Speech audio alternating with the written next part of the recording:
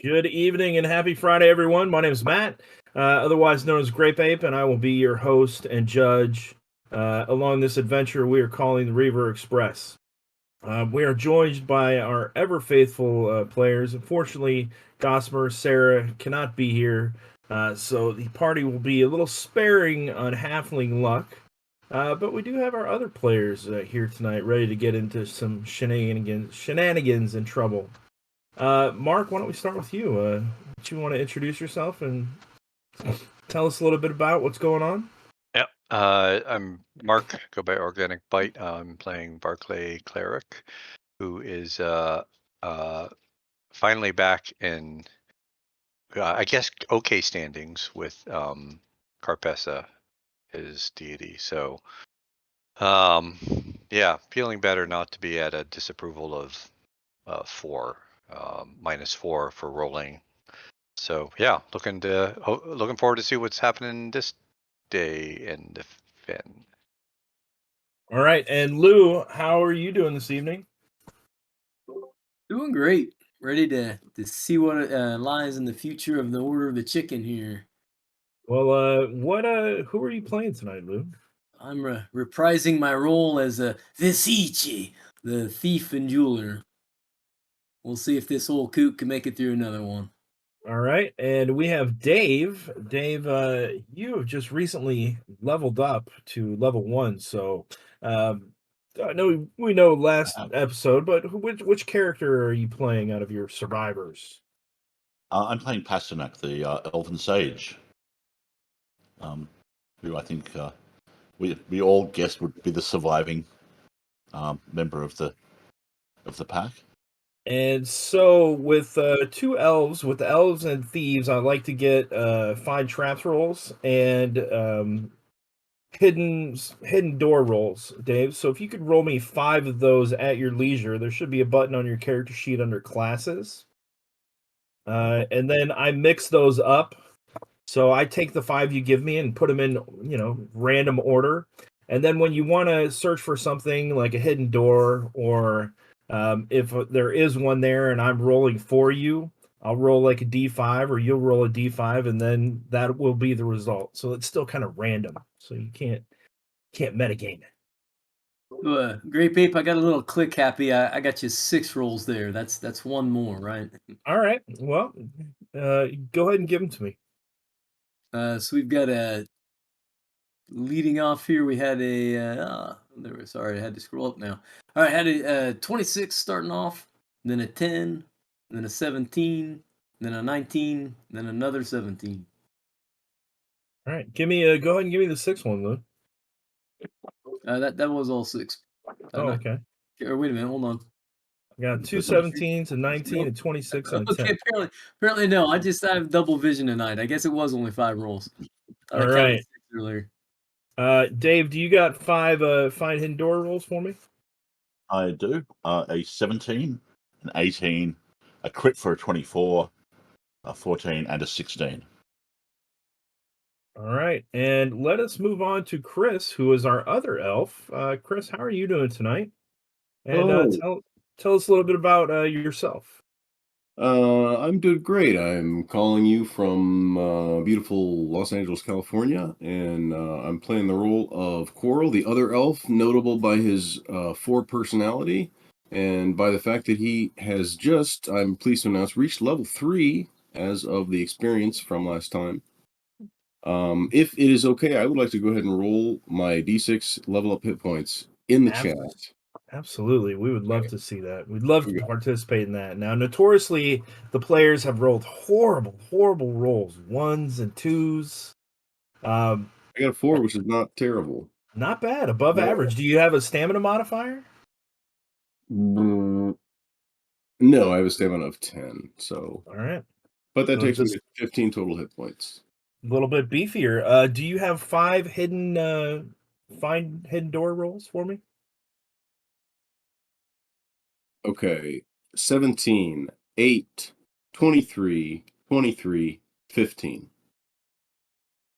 Perfect.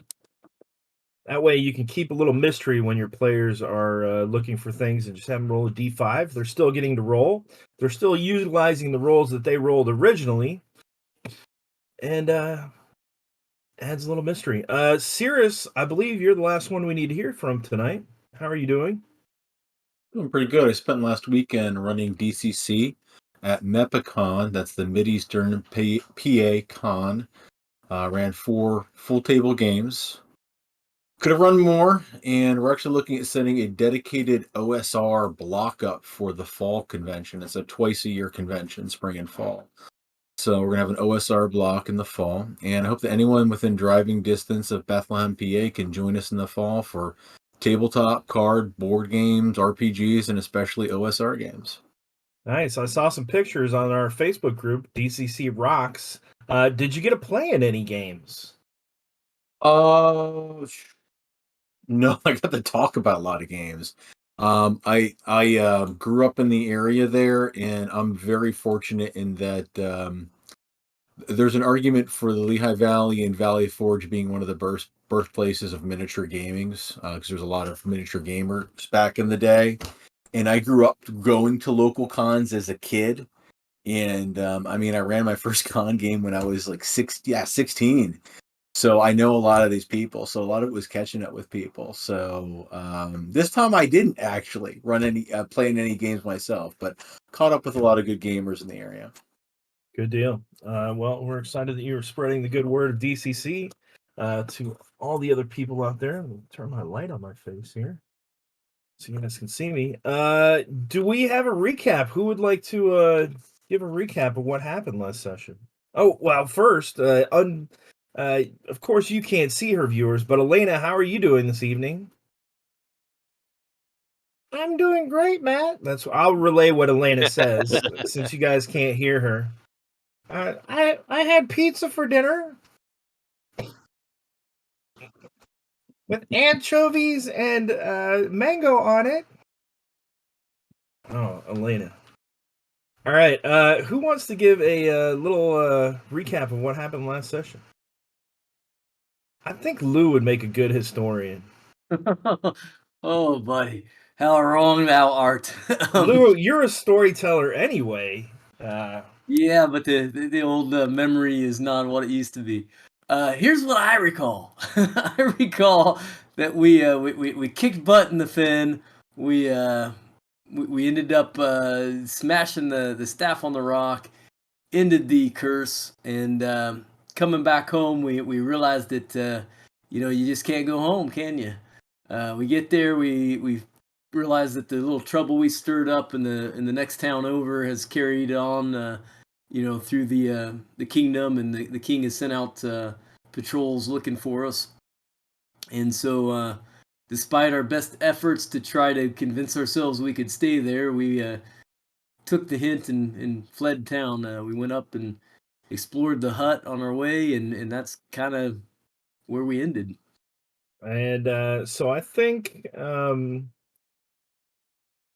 you guys are at Nawiha's hut right now, which is the map that you're currently on, and of course that only that small triangular section is still there, which Chris just kind of disappeared. I mean, it's not Chris, but World just kind of disappeared into the wall there after finding a set of bones amongst the rubble and a dung charm, a petrified piece of dung.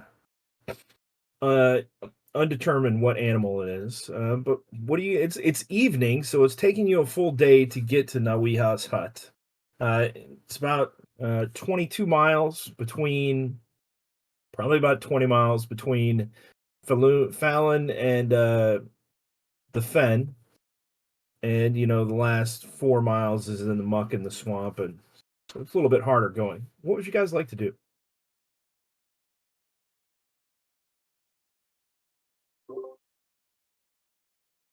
This seems like a safe enough place to camp. Yeah, I think it's several hours to get to the temple, right? So we probably Yeah. don't want to move in the dark. Yeah.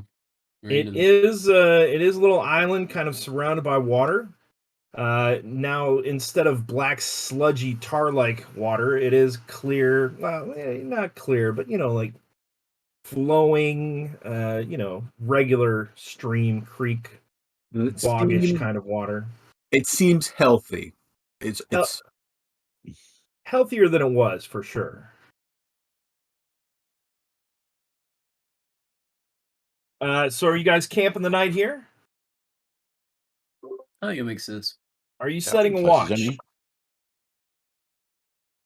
Oh, Yeah, absolutely. always. We'll set a watch. Absolutely. I'll take the first shift. Okay. Second shift? Pasternak will go second.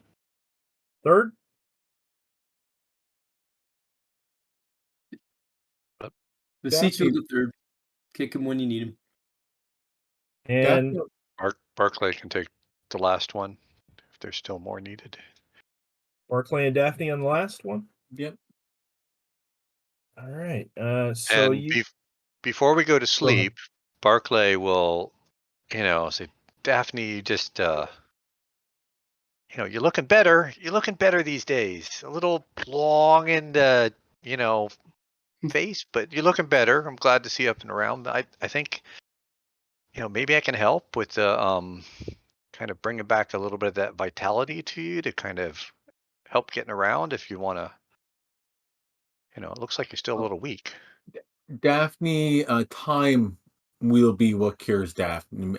Thank you. What I need right now is time more than anything. Not a I little don't think grace from Carpessa to help out a little bit, or I unless Carpessa can help me with the physical toll my body has undertaken from magic these past few days. yeah. That's what let me try something out. Just see, And with that, I want to cast Restore Vitality. nice. Okay. I hope it's on the. I actually don't know if it's on. I don't know if we loaded it on the sheet. We Level might not have. I 2. don't think I've loaded up your Let me look at level 2 and see what's on here. Me and Stefan just spoke about that spell Here on we go. Raw. With a high enough result, that can turn. It can heal permanent loss. Yeah. Let me just make sure my modifiers are all correct on here. I got it open too. All right. So it looks like it is on the sheet. Let's give it a try. And Carpessa's no longer angry with you, correct? No, we're better right now. Yeah, she's not so angry. She might be a little angry, but So I wouldn't want you further angering her just for my no. part. I think we're good. Let's see. Well, let's find out. Barclay has rededicated himself to his faith. Did that do anything? It's an 11, so very close to a success. 1 point away. You do not have a halfling tonight, but you also have no disapproval, so not too much harm in trying again. Yeah, We got that 3 luck from the last adventure. Yep. I don't want to burn luck, but I can try. I'll try one more time to see. 11. Let me just. I'll have to mark up my disapproval here. Man, I forget. Did that say we recover the 3 luck or that we gain it? You gain 3 luck, Can that so take you past your max? Can it? it cannot. Cannot. Okay. So thieves and halflings would be limited at their max. It takes a magical item or some kind of great benefit to give permanent luck. So an 18 will restore 2 points of temporary lost strength, stamina, agility, intelligence, or personality. So Very, very nice. 2 points of your picking. Thank And you very much. Mark, would you like to roll us a D3 for your permanent manifestation for this spell, please? Ooh, yeah.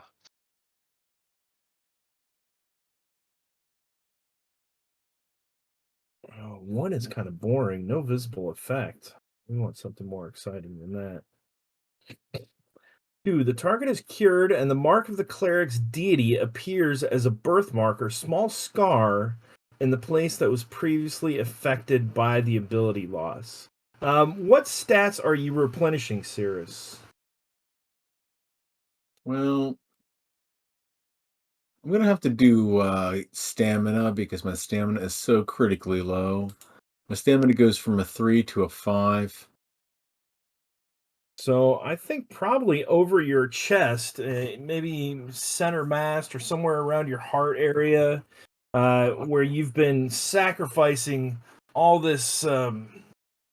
Just So Daphne is Constitution. female. Could we go with another part of the body?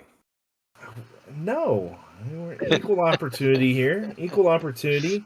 So maybe right in above your breastbone, you're getting a little birthmark in the shape of a pear. This is really going to limit my choice as a swimwear. You know that. Uh, At least it's not a tramp stamp. yeah. Thank you. And now I have Carpessa with me forever. Yes. Well, I'm sorry she left. It looks good. Outstanding though. All right. So I assume you guys are going to sleep. I will thank Mark profusely. Chris, can you have Coral roll me a d6, please? 4. Dave, can you have Pasternak roll me a d6, please? Sure. That's a 6. Vasici, would you roll a d6, please?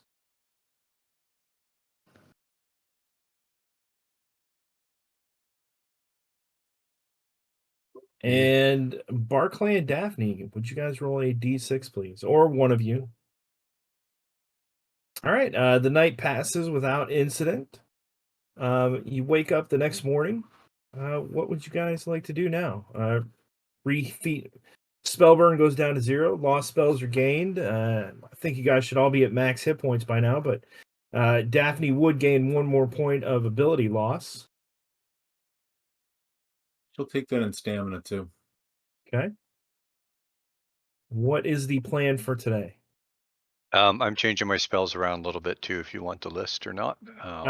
Go ahead and give it to me, and I will bring up the current calendar that I have for you guys. For our timekeeper, on the day of the parent, the first of Bloom, the spirit of Etienne is freed from the temple. The second, Agnar succumbs to the fumes of the fenn. That was the night you guys stayed at Nawiha's house. And Agnar was going outside to relieve himself after drinking several pints that night of Nawiha's homemade wine. And we're not sure what really happened, but we found his equipment, his axe, right by the edge of the river that morning. And we haven't seen hide nor hair of him.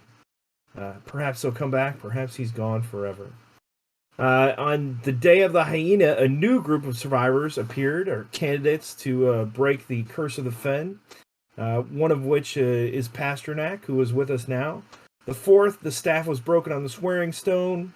You guys rested for 4 days, 4 nights, and then your group left Fallon and returned to the fenn on the day of the hippo. Does that look about right?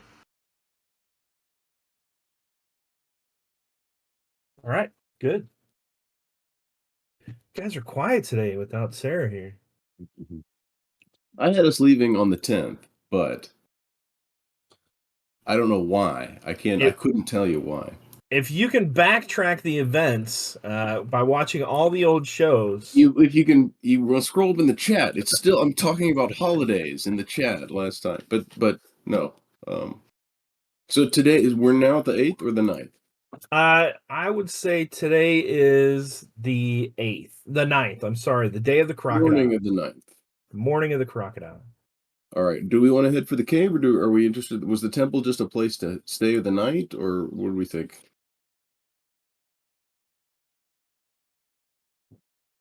Well, we tend to rush right off into everything right away. I mean, I don't know if we want to rest up anymore or barrel ahead as we've done in the past. Is there anything at the temple we could do, or do we want to head directly up and keep going to the cave? There was Everything. there was talk about going back to the temple and setting up a base of sorts. There was talk of going up to the cave now that you guys have kind of cleansed the area. There was talk of heading back to town and figuring out what was going on with the chickens. I don't know. I feel like the cave myself. Is All right. anyone wounded enough where another day of rest makes sense, or are we all kind of back up? I'm pretty much back up on full. It is worth, I think, stopping at the temple, setting up a base there, but we needn't do it immediately. Maybe check out the cave first. The cave is quite a ways away, so if you were going to go to the temple, you would head to the temple first, and then maneuver your way up to the cave. As far as rest goes, Daphne can always use rest, but The other thing too, before we leave, if we want to store anything in the triangle room, it's a good place to stash stuff, right? Reminds me, can anybody can read this? Anybody know this language? I couldn't figure it out.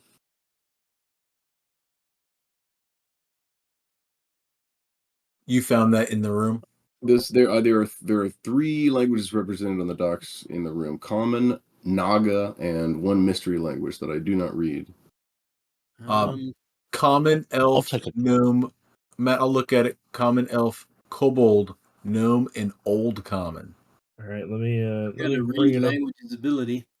Let me give it a look. Let me bring it up real quick so I can see what the other language is. Yeah, I'm so happy that Naga finally came into use. I'm so excited that you actually had that language. What a coincidence. Rolled it naturally. Okay, it is none of those, sir. Say them one more time. Common, elf, kobold, gnome, and old common. None. Mark, what kind of Really? languages? I only got common. Pasternak? Common, elf, and goblin, but I do have comprehend languages if need be. All right, so you have 2 possibilities. Lou could try it for free with his read languages ability. I do speak a little bit of troglodyte if we have that coming at us here. It is not troglodyte. All right. Well, let's give it a little thieving skill roll here. Read languages. But Ouch. you see similar symbols to troglodyte. So it doesn't look to be completely the same, but you do recognize some of the characters and symbols. So probably some relation. But yeah, you cannot make it out. Unless it is talking about a recipe for coconuts, I have no clue. That's fine. I was just curious. It's 4 spells. We know what they are. The middle one, who knows what it says, but we can wait and figure it out later. Do you want to try to cast comprehend languages and see if you can figure it out? Yeah, why not? Why not? I'll give it a go. Why not?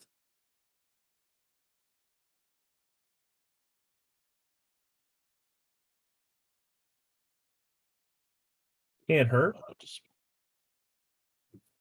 see what I can spell learn. So the language I'll written. burn 4 points. Yeah. Sorry. I didn't see a result. Did it come up? No, I'm just bringing it up now. Sorry, Oh, my system's running a bit slow. And that's an 8. an 8 plus the 4. You said you were going to burn 4 points. Yeah, does that include spell burn? I don't know. Let me see here. It's got you at a negative Spell. 5. Oh, for your armor. Oh, Oh, okay. Okay. My apologies.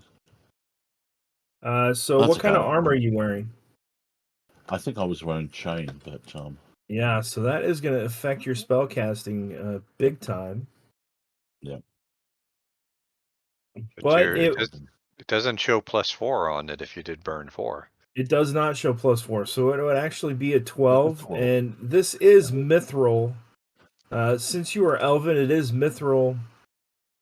Yep. So it's So we'll say the check penalty for that is 1 less. It's not quite as constricting. So a -4, so 13 total. So I'll need to adjust that on your character sheet. Yep. So change your -5 to a -4 there, Pasternak. And 13 is a success. Do you have that result? oh,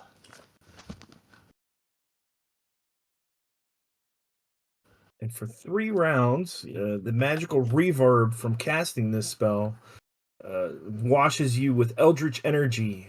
Any spell check during these 3 rounds suffers a -4 penalty. Quick, everybody roll initiative.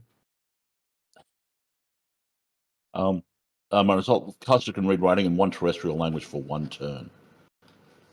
You can make out that it is Lizard Man.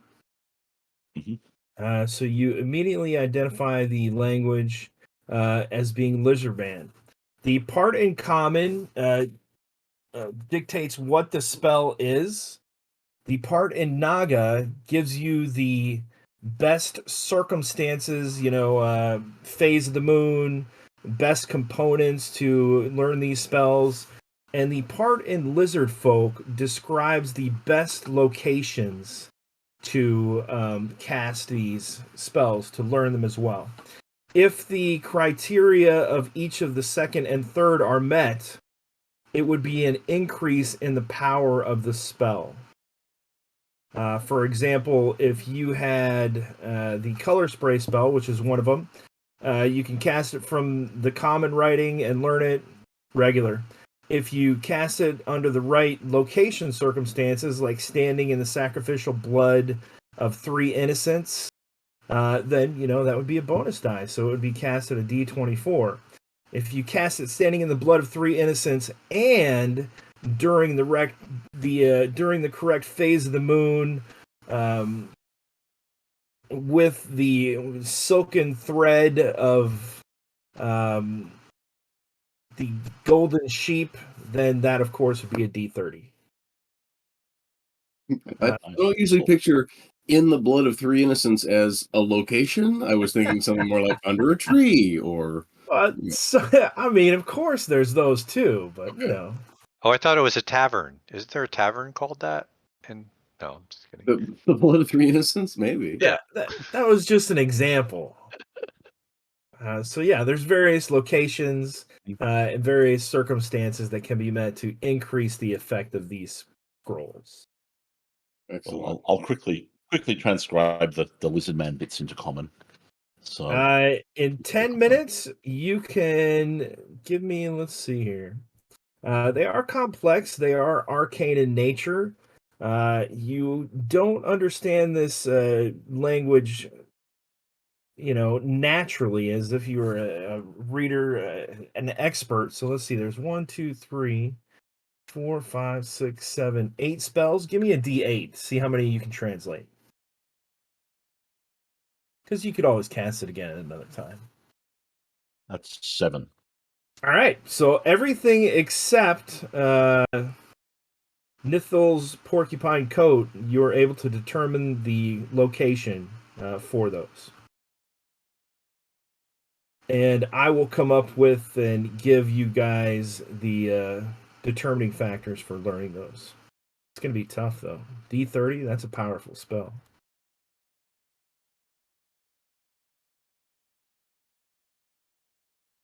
All right. Do you guys want to head to the temple? Might as well, right? It's less than Yeah. it's less than a day's travel from here. It's a safe, secure location. Yeah. Okay. A couple hours of travel, you arrive at the temple area. It looks to be the same as it did before. You can see that there are more creatures splashing about, and as you're traveling, more signs of normal swamp life: crocodiles, mosquitoes, eels here and there, whatever lives in the swamp. Uh, you guys definitely see more signs of regular wildlife activity. If each of you could give me an intelligence check as well, please.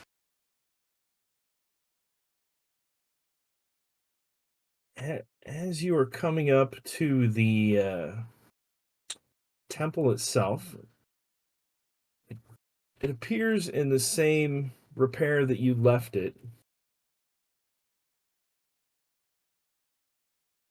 And Cirrus, do you got an intelligence check for me?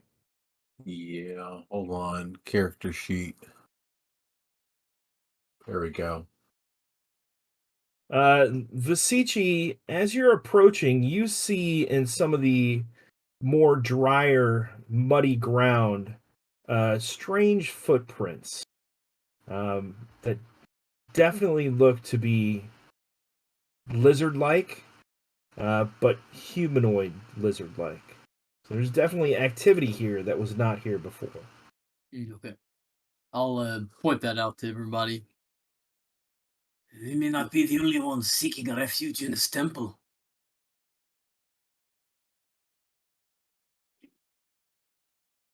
Barclay's going to go look at where the trap doors that we went down before and just see if they look like they've been disturbed.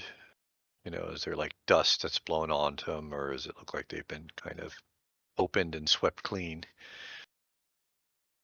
I don't know that there would be any dust on it from when you guys left it before, because you guys opened both trap doors, right? Yeah. So, in the time between when we were here and back, I'm just, trying to see, It leaves blow around and stuff. Does it look like it's been recently opened, like in the last day, if I can tell? it looks like they are pretty much how you left it. Okay. Daphne, are you at 3 of 9 hit points still? No, I still have to adjust that. Okay. Let me know what it is when you got it. There's definitely activity of some kind of creatures, um, but more in the area around the temple. You don't see any tracks that head up to the temple itself.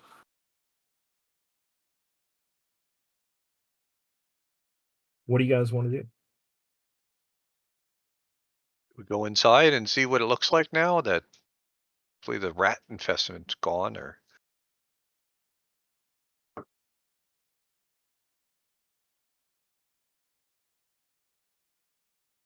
I've got one vote to go inside. Lou, what do you think?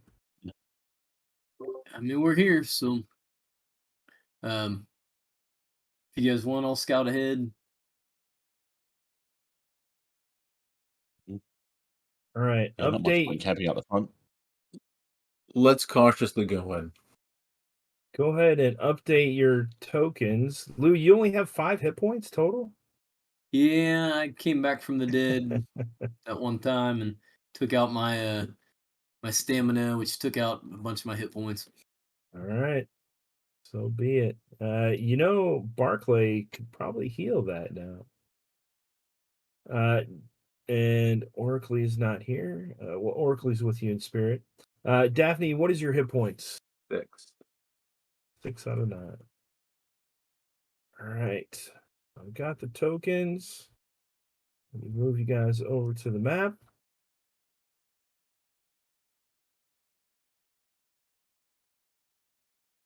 Probably the only creatures that you didn't really deal with were that black slime.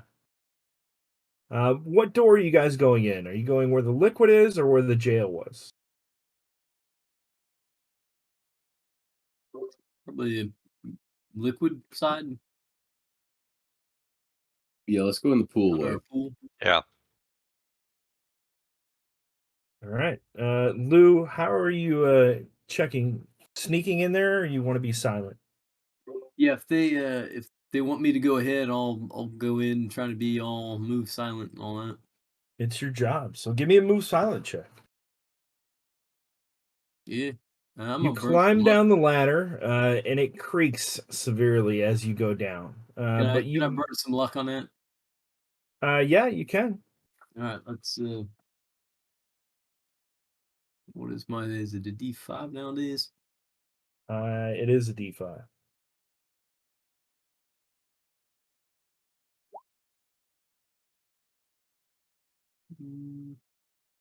Yeah. A Yeah. 9 is your final number. So the ladder does creak, but you get to the bottom. You don't see any signs of any changes from when you were here before. And you also don't see any evidence of anyone that's been in here. All right. I'll give them like a signal whistle that we disclosed ahead of time. Follow him on down the ladder. Yes. All right, what are you guys doing when you get down there? Listen at this door. All the doors are open. Oh. You probably left them open. Actually, I've got that demon X'd out, so you guys did kill it. Yeah. So, I mean, you guys never told me that you specifically shut any of the doors, so I imagine, except for the one up there when you were blocking the rats. So I imagine all the doors will be open. Well, I guess we I'm kind gonna, of just. Sorry, go ahead. I'm gonna refill my water flasks and drink heavily from the water here. Noted. Yeah. I'll Good idea. refill too. I'll also mention to Vasici, we do want to make this like a place to come back to. You're so skilled at those locks. Do you think we could do something on these doors so that like others couldn't get in? I think we could. Well, I think you can like secure If them in nothing some else, we way. could slow them down, of course. Yeah. Yeah. So I'll start to kind of look at the area and think about, you know, what would make sense as far as it's trying to make it secure, locking it up.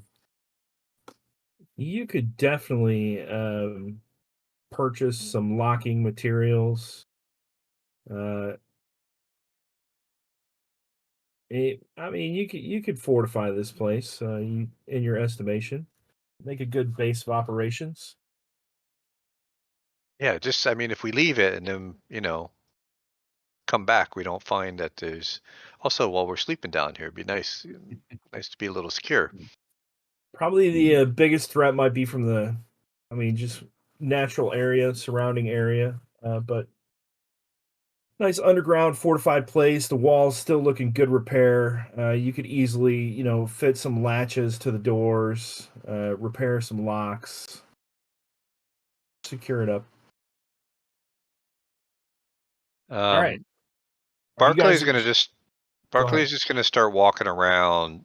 Uh, I think we covered. I think we checked out every place here, but I don't know if we did because we were running around. So he's just gonna start wandering through the hallways to see like, was there a door that we didn't go through, an area we didn't go into, and just making sure there's nothing else down here. All right, go ahead and Pasternak move will your follow you. token where you want to head. Pasternak is following. Cora, what are you doing? Same thing. Yeah, I was going to suggest we'll just do a tour. I don't know if you want us to go square by square, but yeah, we'll just make sure nobody else is in here with us. I can kind of roughly go area by area. This door to your east is open. The door to the north is the only one that is shut because you guys were trying to prevent the rats from coming in. Oops. Daphne, what are you doing? Daphne is still going to try to maintain her distance and stay at the rear of the party because I think it's the safest thing for the party. Perfect. So Pasternak and Coral, you guys were actually last to move your tokens. So I'm going to put you in that hall right there. Daphne behind you. Barkley and Visici move their tokens first. So Barkley, you're actually kind of the first one to come into the room. Stop moving your token. Barkley, you're the first one to come into the room. Visici close behind. Visici's going to inspect the door. You hear kind of like a grunting, snorting, scraping sound, and you look over and you see some type of lizard-like creature, humanoid in shape, standing on two hind legs, but definitely lizard-like in appearance. You, I mean, of course, startled, surprised from this, and looks like he's kind of snorting, smelling, just inspecting the general area, scraping at the floor, looking at the walls and stuff like that. Possibly, just about the same as your group was. And then your eyes meet as you guys kind of look at each other. And we'll go ahead and roll initiative now, because we'll see what happens. Keep in mind, this person may, of course, be friendly.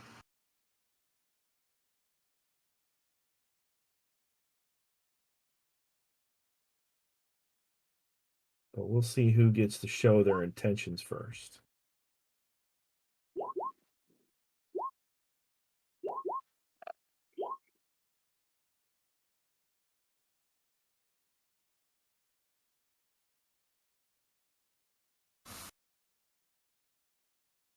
All right, it looks like he is going to show his intention first. And his intention is to call out in a growling like voice, "Intruders! Get them!" And he rushes forward. You don't sound very friendly. He is not very friendly at all. And he is going to try to take it. He has no weapons.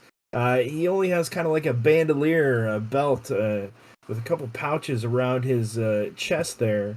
It looks like he has a small sack attached to his some kind of belt, but he doesn't have any weapons. But he has two very sharp claws and some very nasty sharp teeth. But he is gonna. I mean, you've seen him. You see him coming, and you're able to quickly kind of block and fend off his awkward attack. From the area to the south, you hear some further commotion. If you'll recall, that was the bedroom where you guys found the bed and the urn and some other things. And two more creatures come running in from the other room looking to see what's going on. You also hear a voice, a much deeper, growling voice, call out from what sounds to be further away. In your estimation, probably almost where that false treasure room was. "What's going on down there?" And Pasternak, it is going to be your turn. I'll move into the main chamber, drawing my sword, and I'll take a swing at the first lizard man. Oh, sorry, apologies. Selected. And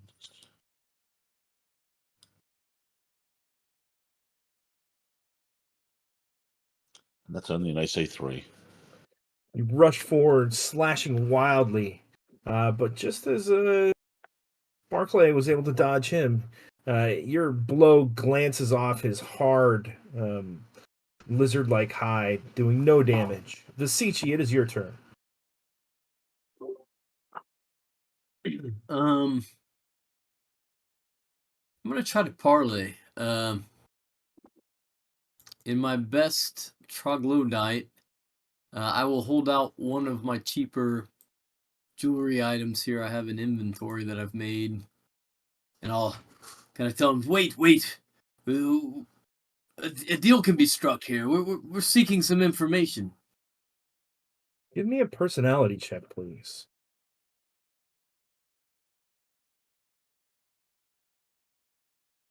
Getting there. Let's see. There it is.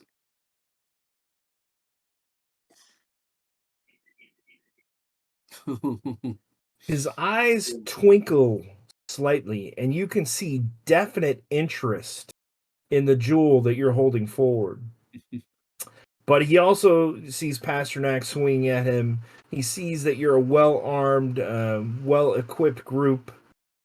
So he still is showing some trepidation. You don't think he is going to bite. All right. But his eyes are twinkling at that jewel. And you think maybe if you were just more persuasive, possibly it could have been a different outcome. Circumstances dictate that. We'll have to see what happens. Quarrel, it is your turn. I step into the room, having seen Basici do this. And I hold up one of my throwing axes and look at the guy and say, "You're outnumbered, my friend. Listen to reason." Give me a personality check. Ooh. Not my strong suit, but we'll see how this goes. He is in fact outnumbered. That's interesting. He sees two elves, and elves are notoriously weaklings. You're charging in here like that. I'll just kill you and take the jewels from your dead bodies. Yeah, he seems more determined to get the jewel ever now that Quarrel has rushed in. Bolstered by the fact that he's fighting weak little elves. Barclay, it is your turn. I'm going to try something, but I don't know how you'll rule it, so we'll see how it goes. Barclay is going to try and cast Word of Command on this guy here. All right. Let's see if this works. I love trying things. Yeah. And the word's going to be trade. And I'll be. Yeah. Go ahead. I was going to say trade, and I'll point at the gem that they're holding up.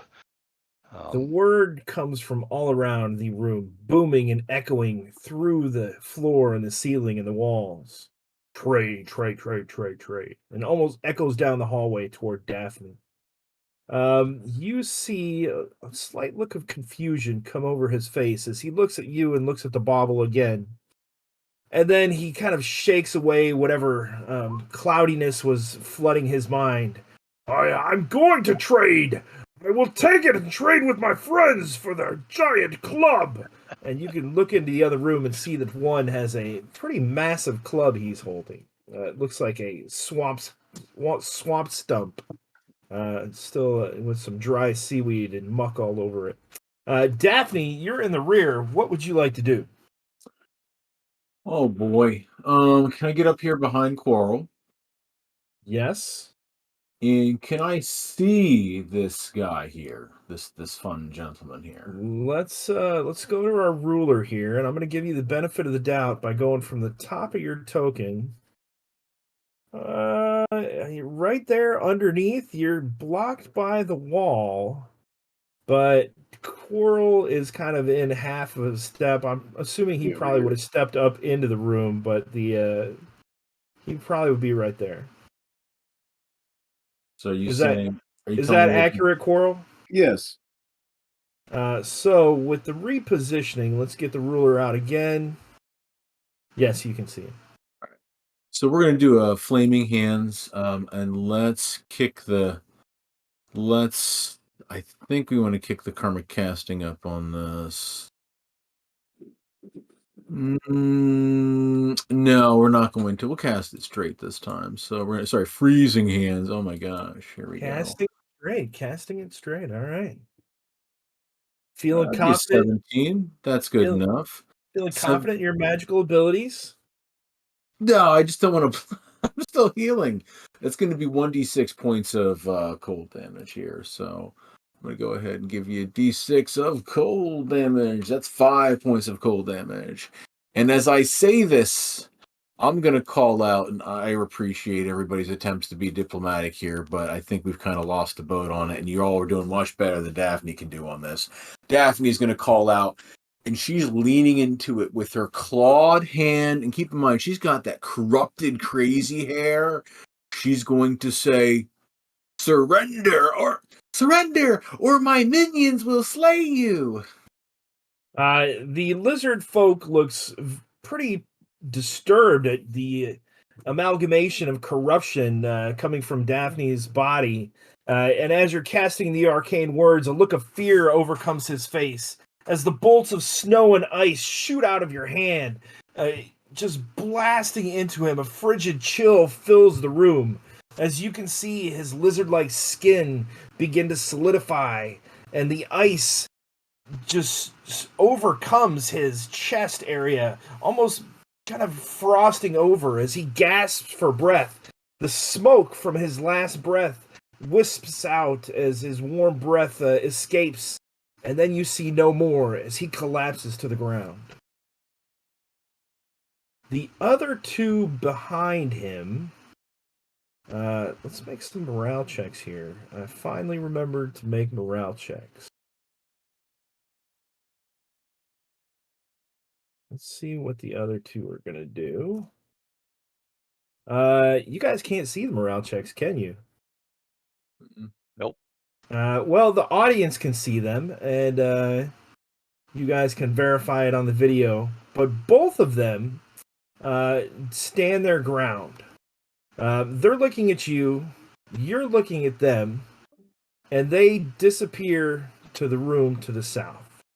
Somewhat a little fearful of what just happened to their companion. You can hear them speaking in a language that is similar to troglodyte. You make out magic, caster. Lou, these are things you hear as they're communicating with something or someone else. Magic, caster, froze, dead.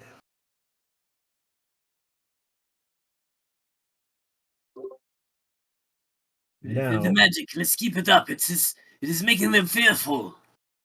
and the word. We'll be right back, everyone.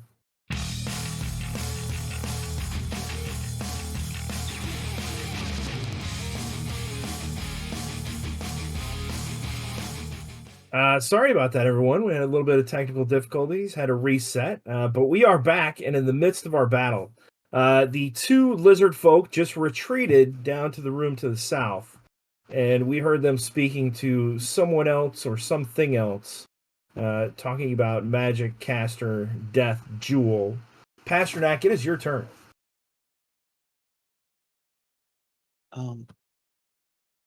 I'll cautiously push forward into the next room. Go ahead Let's and see what I move can where see. you would like to.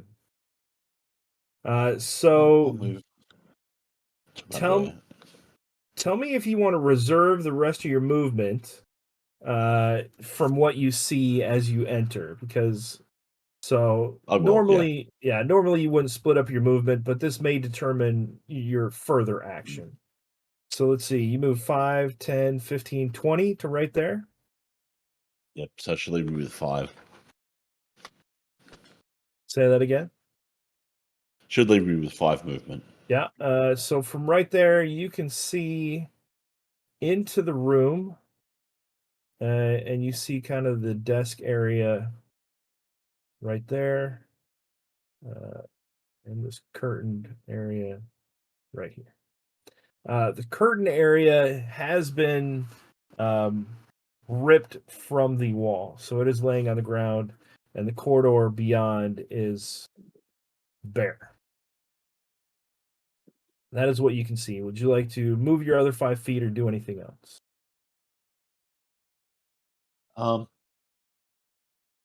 I'll stay where I am. Was there any sign of those other lizard men? Not that you can see or hear currently. They've got to be here somewhere. They went south, so you know they're down there. Okay. Vasici, it is your turn. Oh, I'm sorry. Go ahead, Dave. I'll stay where I am. Okay, Vasici, it is your go.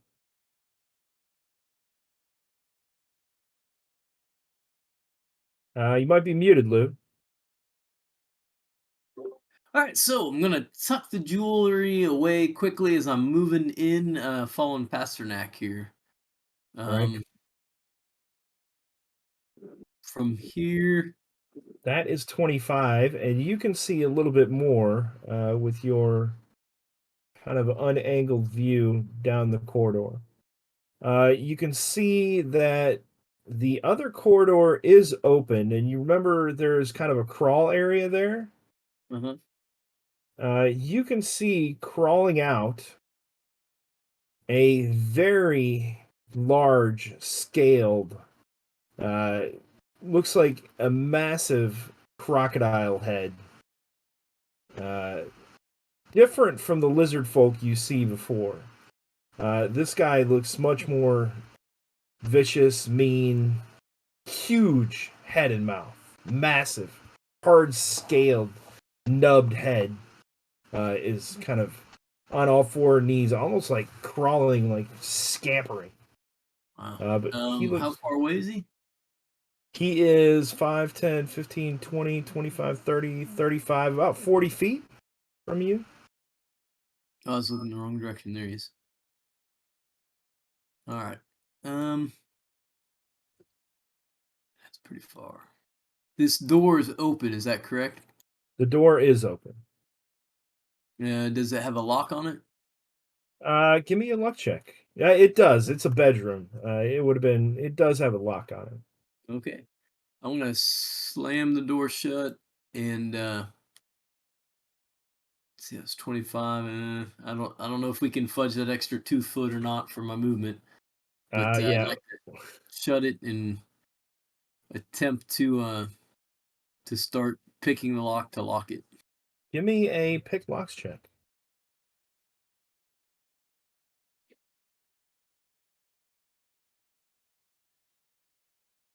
You rush forward, slamming the door after seeing this giant crocodile-headed creature. 13. I'm gonna add some luck on it. Okay. Sorry, hold on. It's not like. Do you want to know if you're successful or not first, Lou? I guess, yeah, sure. 13 is enough to click the mildly. It's not a child's lock. It's definitely a lock to keep people out. But this has been here for ages, for hundreds of years, so it's rusted. But a 13 is enough to twist the rusted mechanisms, and you hear a satisfying click. Now the door doesn't appear to be in the best repair. It's also very aged as well. And you will Not recall gonna hold that thing for very long. Prepare your weapons, gents. the rats were gnawing, through the door previously. So we'll see what happens. But that is your action, Coral. It is your turn. I rush in here. I'm like, where did everybody go? What happened?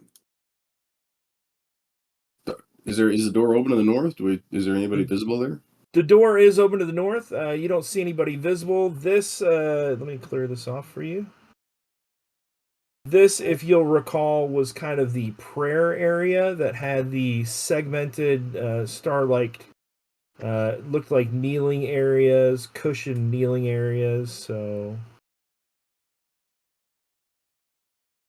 Right. you don't see anyone in that area.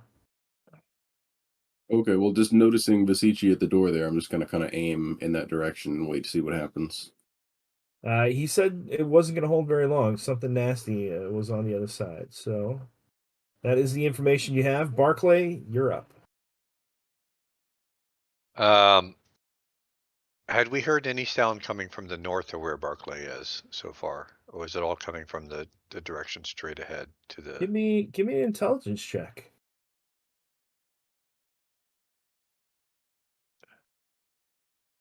Come on, get to the sheet. Where's the sheet? This door to the north has several gnawed holes near the bottom of it. It looks like the entire bottom of, it's just chewed up by a massive amount of termites. 11? In actuality, it was the rats. You don't hear anything to the north. Okay. Then Barclay's gonna try and cast Holy Sanctuary and then move into the room. So let me just cast Holy Sanctuary first. See if that works.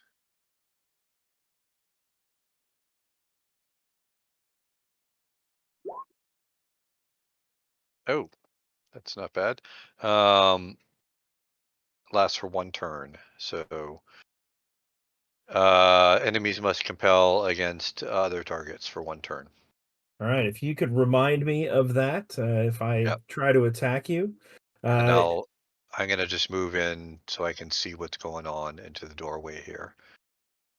A greenish glowing aura surrounds you, and you feel the warmth of Carpessa once again aiding you in your decisions. Remember, if you guys hold the Alt key, then you'll be able to place it without locking to the grid. Daphne, you're up. Excuse me. So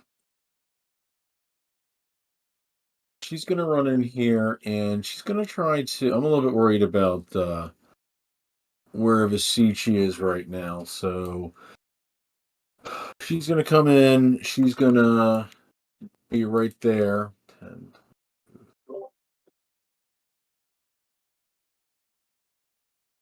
Yeah, right there. And she's gonna cast Magic Shield on Vasici. A little bit worried about what's going to happen to Vasici once that door opens. That will be a 20, which is excellent. So, Vasici. All right. +4 AC for 1d3 turns. Magic is strong with you guys today. That's 2 turns.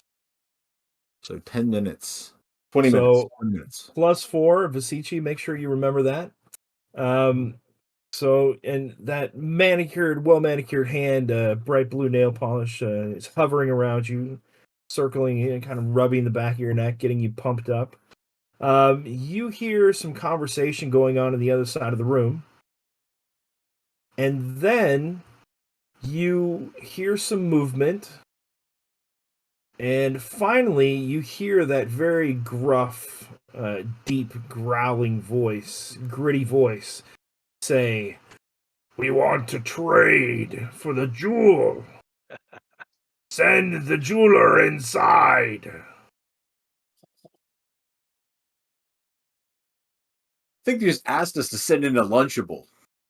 I mean, I thought we were trading here, so it seems they've agreed with your plan. Pasternak, it is your turn. I'll move up to beside Vasici, and I'll grab hold of him, just in case something comes through and drags him through the door. All Be right, ready to play tug of war with him.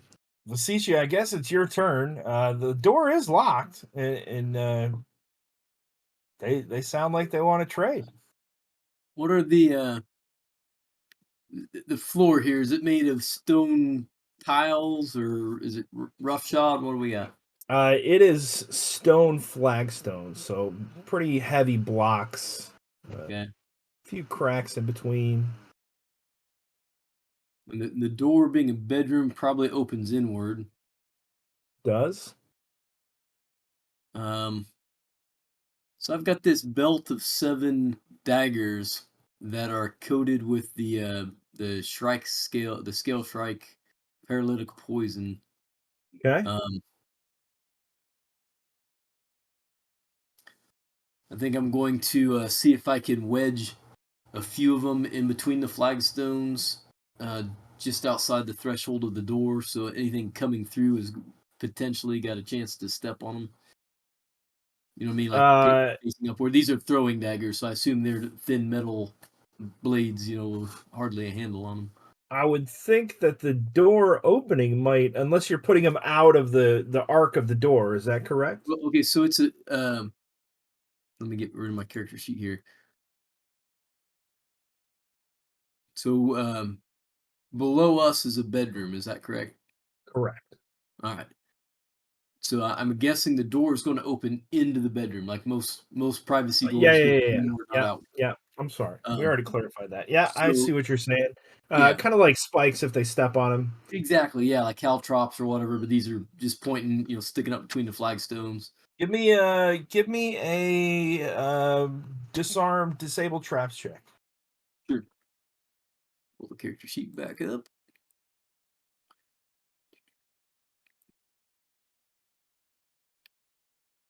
Let's see, find trap. There it is. Oh, that is a nat 1, Vasici. As you are hammering, My damn self. wow. It says you set off the trap. As you are setting these blades into the flagstone, in kind of one of the cracks or crevices, first off, you're trying to get an angled one, right? So that if they step on, it's kind of angled toward their position a little bit, and they don't just, kick it straight over and bend it or knock it over. So as you're trying to maneuver, you're trying to get the first one in, giving it a gentle tap, not trying to damage your knife or anything. Just the pressure and the bend and the flex of the thin throwing knife flips, and I'm gonna need a luck check to see if you cut yourself with your own paralytic blade. Now, we all know how this is going to turn out. if there's any viewers out there watching, you are able to interact with the stream with re-rolls and such. Yeah, so you don't cut yourself, you don't paralyze yourself, but that was a close one, Vasici. You almost dropped yourself right in front of the door. But your trap does not work. Coral, you see Vasici crouch down to do something. You're not sure what. He almost cuts his palm.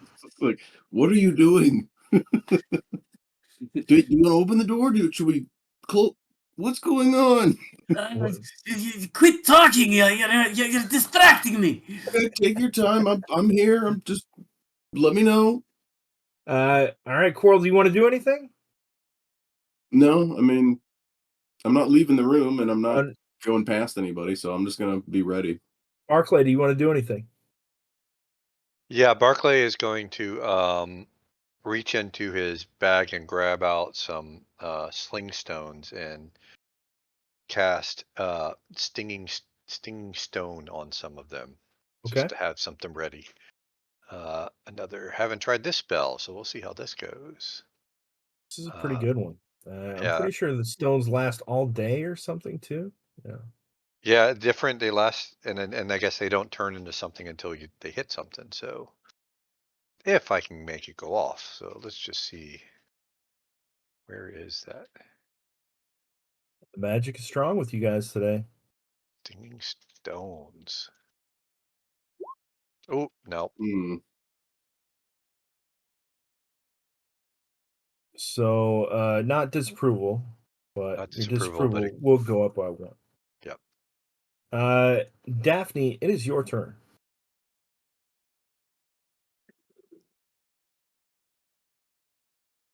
Are you muted? Man, I think we're gonna try another magic shield on Quarrel. I'm not sure how this is gonna go, so let's stick with what works. What's been working so far, I should say. That'd be a 22. That's even better. Okay, here we go. So 22. Same effects on Quarrel. It's going to be for 1d3 turns.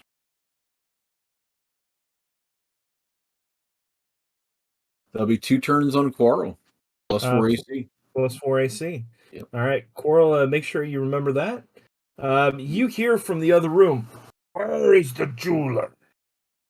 Thought you wanted to trade. Why did you kill my soldier? Does anyone have plans to open the door? I mean, we can start a dialogue if you want, and that way we don't have to go in turn order, unless you guys are going to take offensive action. I'll just say back to him, "It is very clear from your friend out there that there was no interest in fair trade."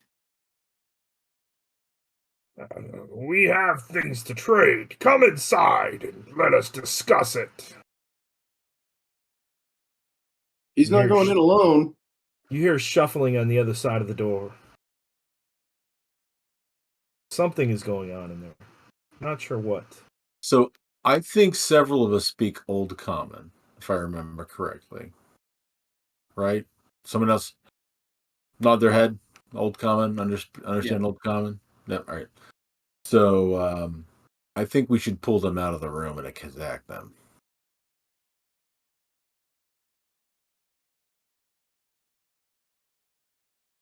I don't think we should go in there. They're obviously prepared for us. This is why still this is very wise. Yes. All right. So what's the plan? So once again in Old Common, Daphne's going to be talking Old Common. Raise your hand if you understand what Daphne's saying. Oh, yes.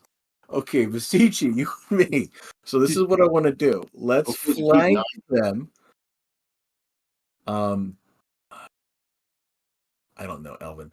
Vasici, do you know Elvin? Daphne. Dwarven. Okay. So, Vasici, if you could pull back, and we'll get some people up there to flank it. Flank the doorway. So Daphne's going to be motioning for Vasici to come back. And she's going to point at two of our heavily armored people here. Barkley, that might be you. And Coral. I'm ready. I've never felt more invincible. and try to take these spots here. So. All right, so I switch with Pasternak. Yeah. And while we're moving that around, I'm going to try to, And I'm going to see if I can get one more magic shield on Barclay. And see if I can not mess that up, because in theory, if we can pull them out of the room, we'll have Quarrel and Barclay flanking and let them kind of enter the room. In the back of the room, we should be ready with ranged. So, okay, sorry. So I managed to work this out. Now I'm whispering in common. Everyone else back here, we should be ready with ranged. So here is my magic shield. Okay. Don't know that I have the Muslim dagger. 15. Okay, that's still a success. Better than nothing. Plus 4 AC for 2d6 rounds. Still not bad. So Barkley, 2d6 rounds. All right. 9 rounds plus 4 to your AC. And Daphne says thumbs up. All right. Everyone's in place. Precautions have been taken. I'll hold out I'll retrieve that. I think it was a necklace. I'll hold it out. And do what? Just kind of hold it out, just to kind of have their eyes on the prize when they come through the door. All right. What are you guys doing now? They do not come through the door. Send the jeweler out. Vasici, can you open the door safely? He'll go up and try to pick the door open now. All right. Give me a pick lock check. Move you nice and close to that door. If he's gonna, Yeah. You got a 13 last time. This is a 10. It is unsuccessful. You think you're pretty close, though. Let's see. while he's doing that, can I lay hand? Oh, Vasici still has the shield on it. Never mind.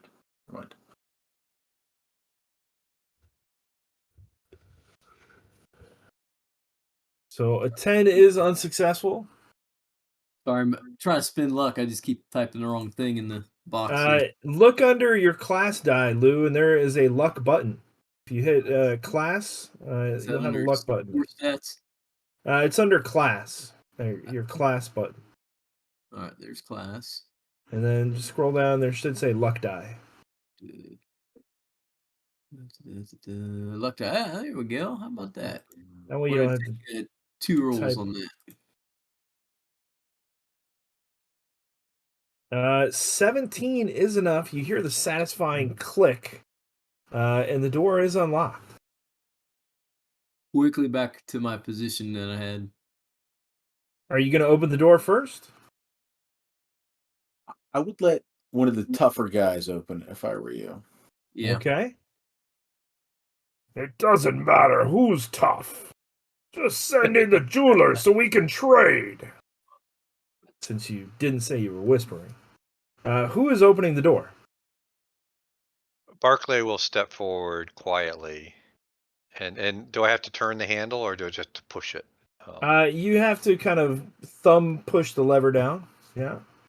So he'll move forward, he'll push the lever down and push the door with enough momentum that it would slowly swing open, and he'll step back out to where he was before. The door swings about halfway open, and then the momentum stops. And you can see from your angle that it looks like something is being held up on the opposite side. As you're viewing this, you notice that it's probably the tapestry. And it looks like the tapestry has been positioned and is kind of sitting there right now. Yes, send the jeweler in!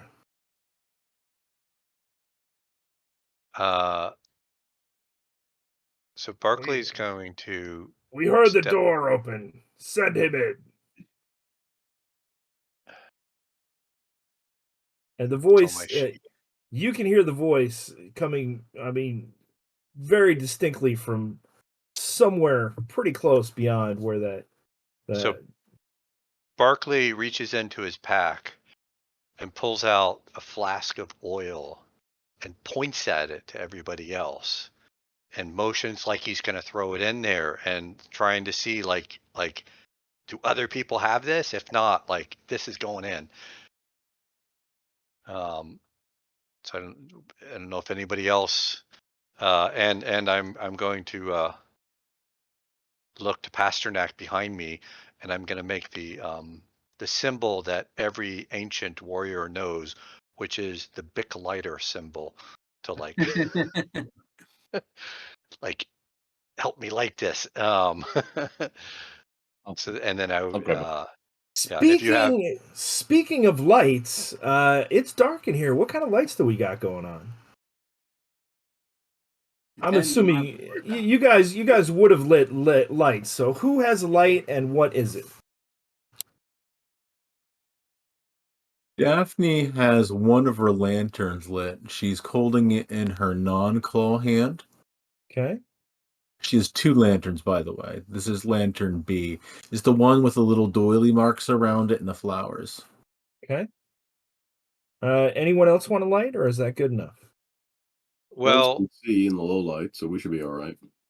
I think Barclay kind of headed off first with Vasici, so I assume one of us would have had a I've light. got a torch. I've in the past lit the torch when we've been in this area, down in the chambers and whatnot. So I'll say that I had the torch lit. Okay. That makes sense because Daphne was near the rear of the formation. All right. So then mark one of the torches off on your sheet, Lou, and that is the light. The torch is probably laying on the ground, purposely placed there while I was trying to fix the spikes, the daggers up. So it's somewhere near the door on the ground. In that case, I'll lead in and pick it up. All right. Dave's got a torch. What's the plan? Yep. So Barclay will take and he's gonna rip off some of his clothes and wrap it around the top of the flask of oil and light it. So it starts to burn, and then throw it down on the ground through the opening door, right where the So drapery is. as I see Barkley doing that, I'm gonna hand one of my oils to Fasici, one of my oils to Quarrel, and say, "Throw them the tapestry." All right. Before all this happens, you'll notice that as you're so you take a rag off and you're stuffing it in your flask of oil, some piece of clothing or something, and you're, I assume, getting oil on the cloth before you stick it in there, or is it a dry cloth? It's a cloth that I just want. It will burn on its own. I just need it to stay with the flask so it breaks when it hits the ground. All right. The creature inside. If you're not going to send in the jeweler, then we have nothing to discuss. And I smell something out there. As you can see, I rolled a will save just to see if he would get a whiff with his sensitive croc nose of this oil flask that you just cracked open to stuff the clothing in, and he rolled a crit. So I mean, this I wasn't opening it. I said I left it. I was lighting the fabric to dry. That's what I right, just said. but you're stuffing the fabric in the hole, right? No. Because the flask is going to Wrapping break around the when it neck, hits I the think. ground. I'm just wrapping it around and tying like dry fabric to it so that when it crashes, the flame will burst. So I'm not making a Molotov cocktail. Oh, okay. Yeah, That's what I had thought. yeah, All right. yeah. So you're wrapping it in this cloth like a A t-shirt little knot. bandana thing on it, lighting it up, and then smashing it on the ground right where the tapestry is through the doorway. All right. Give me a luck check.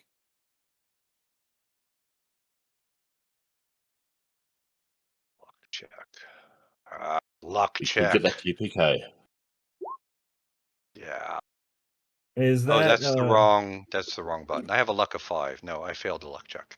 all right? So the oil explodes as you smash it in the ground right in front of the door. Unfortunately, well, I mean, it does coat the entire doorway. The oil bursts into flames. As just a massive explosion. The only unfortunate part about that is that Quarrel's clothes also partially catch on fire from standing so close to this spray of oil that has coated the entire doorway and the tapestry. Trying to burn us! Oh! And you hear, like some kind of lizard-like cursing inside. Quarrel, I need you to see if you catch on fire. You're gonna have to stop, drop, and roll to put this out. Otherwise, next round you could possibly catch on fire, taking further damage. But you're immediately feeling some singeing burning.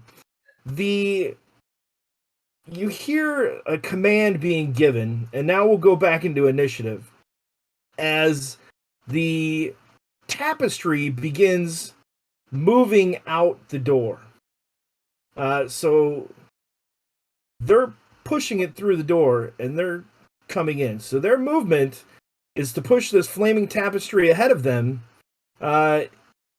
into the area right here. So it's kind of dragging around behind. It's kind of dragged the oil across the ground. He is going to take some fire damage as well from stepping into the burning area. But the tapestry kind of scraping and grabbing along the floor. He's taking 4 points of damage. Dang. It is also going to. I'm going to need Vasici, Barclay to. Vasici, actually, Barclay, you can't even move out of the area. Vasici, I need a reflex save. Yep. And Barclay, you're going to take 4 points of fire damage as this burning tapestry, of course, not lengthwise anymore. It's more like a, like an ice cream cone circle, semicircle, is being pushed out. And they're kind of like charging with the burning tapestry because it's thick and it's burning on your side, not their side. So Vasici, you are able to leap back if you would like to. Yeah. All right, so that is their action. Get out! Push it, you fools! And almost like you hear kind of like a thumping as like one creature kicking the other creature forward to kind of shove this mass of burning scales and tapestry out. Pasternak, what would you like to do? I know it'll probably hurt doing it, but I will thrust with my sword and try to get through Yeah. the tapestry.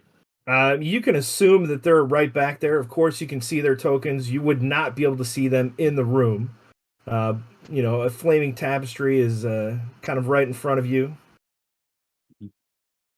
So it's going to be hot stabbing through there. Yeah.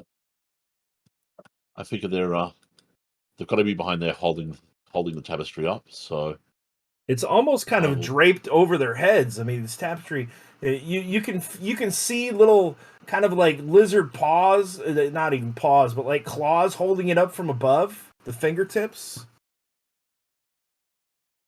Okay, I'll aim for the arms then.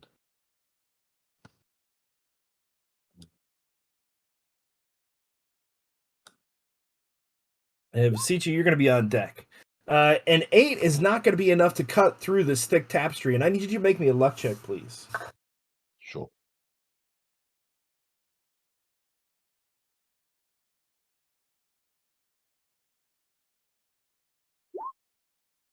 That's a failure on the luck check.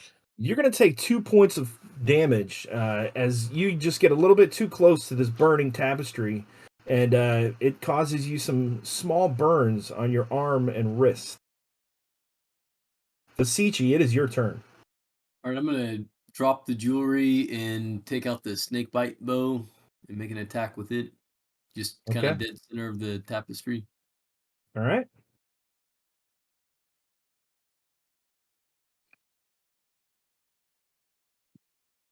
Oh, that was blue. I thought that was a crit for a second. Why is it blue? I don't know. Interesting. A 19 is absolutely going to hit, and a 6 pierces through the tapestry with this new bow that I think you're using it for the first time? I've used it one other time, if I remember correctly. Maybe to shoot at the murder beak, the giant scale shrike. This pierces immediately through the tapestry, not like a blunt, just this piercing weapon punches right through, and you hear, ah! And the tapestry begins to droop and fall onto a pile and is now in kind of a big, massive lump right there. So it's not being pressed against anyone anymore. It's kind of been released, but it is still raging with this oil on it. Coral, it is your turn. You guys can also now kind of, through the flames, you can just barely make out the wavering heat image of another creature.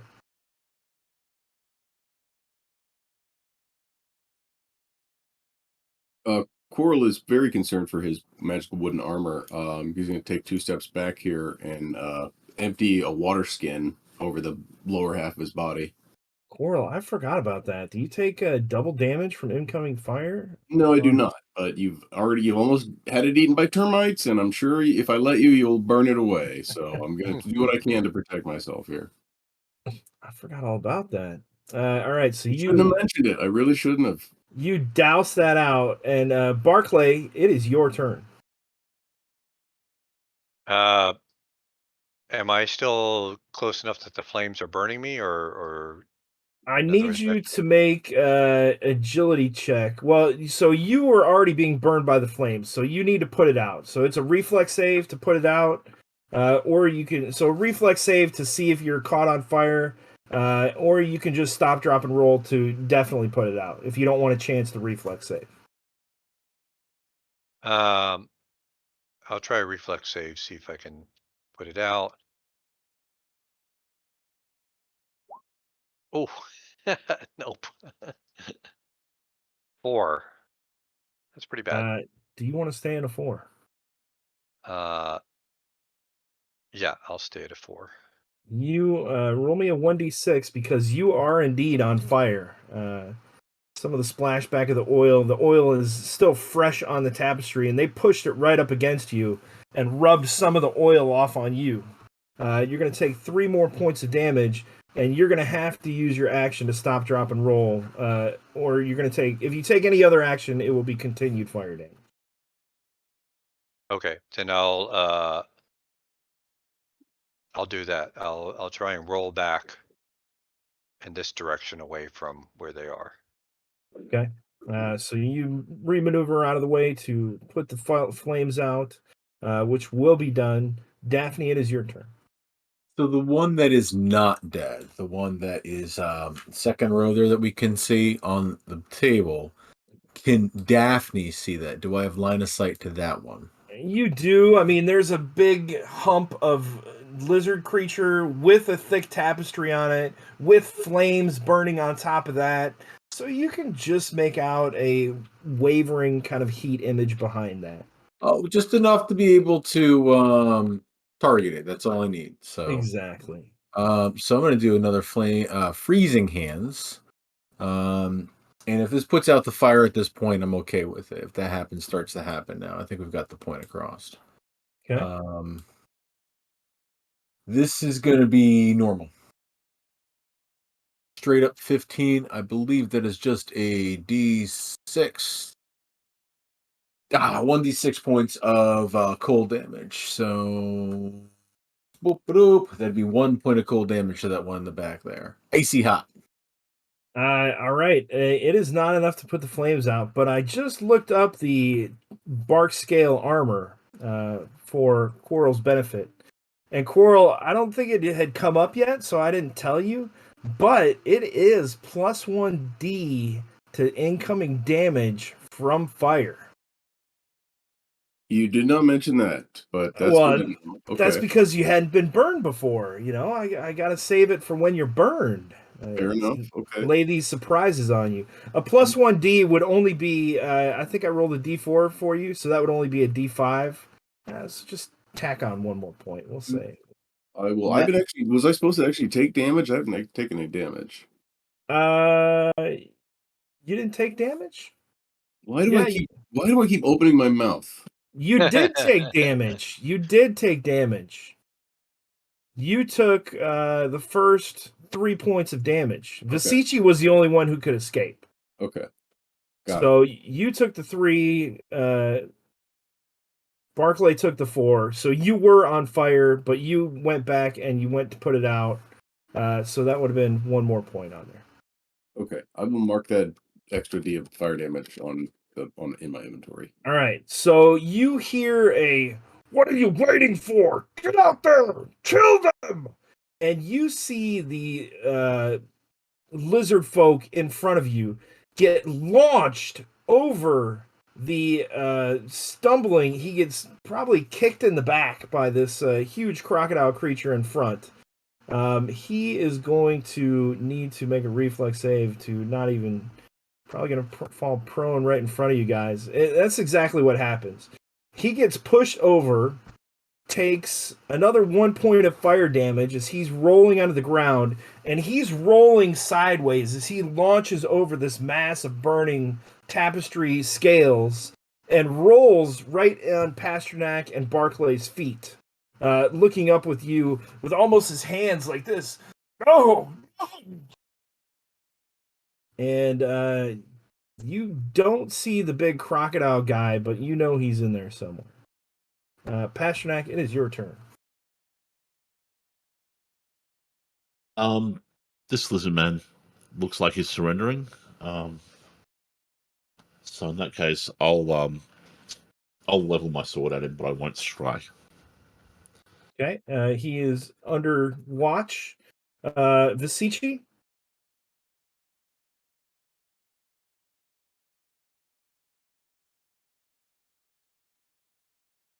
Lou, you're on mute again, I think. Sorry, bad habit. Striking at the one closest again with the snake bite bow here.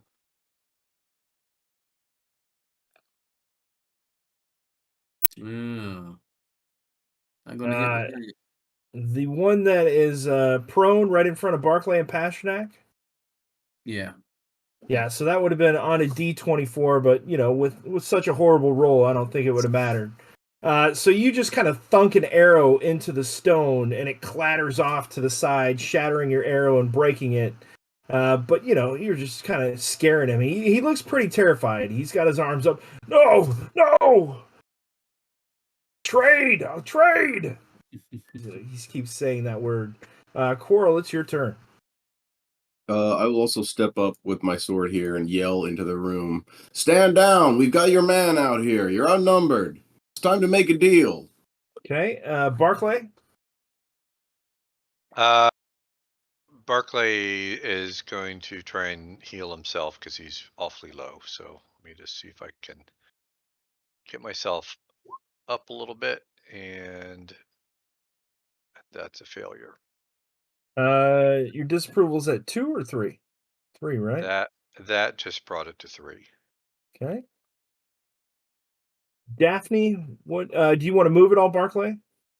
Yeah, I'm probably going to move back behind into the corner since I'm down pretty low on HP. Got it. Daphne, what are you doing? So looking down there, I can't see anything really past this body and fire. Can I see anything down that corridor at all? No, not now. Can I see any further into the room now that the tapestry's out? The tapestry is not out. Flames are burning ever brighter. The tapestry's out of the room. It's on fire, but yeah. Oh yeah. The fire is getting bigger as the tapestry is, engulfed. The doorway's engulfed. There was oil that exploded all over the door. The door's on fire. You smell burning lizard flesh. Sizzling and popping from the boiling fat. Like scaly bacon. Let's Actually doesn't smell bad. Kind of like a Cajun scent to it. Nice. We should have a little cookout, guys. We should have a cookout. Oh, that'd be great.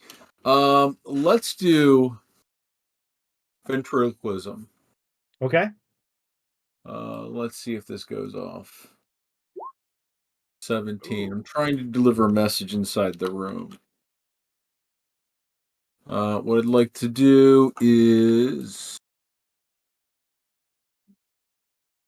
All right.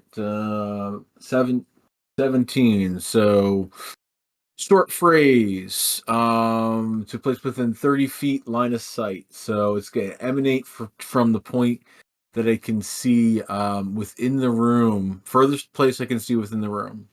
Okay. What are you doing, sir? They get a will save to believe that it originates from exactly the place designated, so he gets a will save against 17. He makes it. All right. Well, he still hears it though. I'm just going to be saying that this is the last chance to surrender and save his meager life, or become my arcane slave in the afterlife. Arcane slave in the afterlife. Roll me a D6, please. You got it. 5. 5 is food and drink spoils. Aura of decay. Roll me a D5, please. With Pasternak being 1, Daphne 2, Basici 3, Barclay 4, and Coral 5. A D5. A D5, please. As you're casting this arcane magic, the phlogiston demands a sacrifice, and it spoils all of your food and drink on your person. So your rations and whatnot, your water that you just replenished, it's a good thing you drank up. Was 2 me? That was 2 you. 2 is right. You, yeah. So fitting. You hear inside, "You're right. I surrender. Come in here and take me away." You! Was that you that called out elf? Yes, I have a proposition for you, and I think it will benefit us both. Don't take me into custody. Come on out. I can't. There's a burning heap in front of the door. Well, we can't very well come in either. I guess we'll wait till it burns out. I've always heard that elves are nimble. Simply jump over the flames and we'll talk about it face to face. You must think me quite foolish, Crocodile Man. I do. I think you're very stupid. Come inside. Well, listen to Oh. this. You live here in the swamp, right? This temple is ours now. We're taking it. But we are in need of strong bodyguards, and we have much, much gold. This could work out very well for you and your lizard people. Gold. You said. Yes. And silver. Give me a personality check. Yeah. Let's see what happens. You know, if you're making these deals, you gotta have a personality. Oh, Quarrel. Are you sure you're Yeah. hitting the right dice? Your personality is horrible. It's a 4. What can I say? Yeah, that is He's a true. personable fellow. But it's a let's- good deal. Do not Barkley buy will a used say, cart from this guy. if you don't like that deal, we have more flasks of oil we could send your way. To what? Burn the stone? Burn your hide. 1 on your personality check. He's not coming out. All right, I'm gonna throw a choking cloud in there. Oh, all right. Nice. Burn a couple. Well, I'll burn 1 point here. See where that gets me. Nice. 14. My grimoire. Up to D4, small individual clouds of toxic gas appear around selected multiple targets, all of which must be within range. Each cloud is -1 penalty to all rolls, and they follow their targets. I'll go ahead and paste that. You do not have a target. You don't have a specific target unless your target is just inside the room. That is my target. Like, right. I could target the door if that makes more sense, but Maybe, or like the lump. How big is the circle? uh, There was a writing disc in there, from memory. There is, but you can't see anything. You really can't see into the room with the flaming mass of lizard man right in the doorway. So tell me how big it is, and then I'll tell you. Just small individual clouds. I'm not identifying a radius here. So person size. So kind of covering their face. Yeah, sounds about right.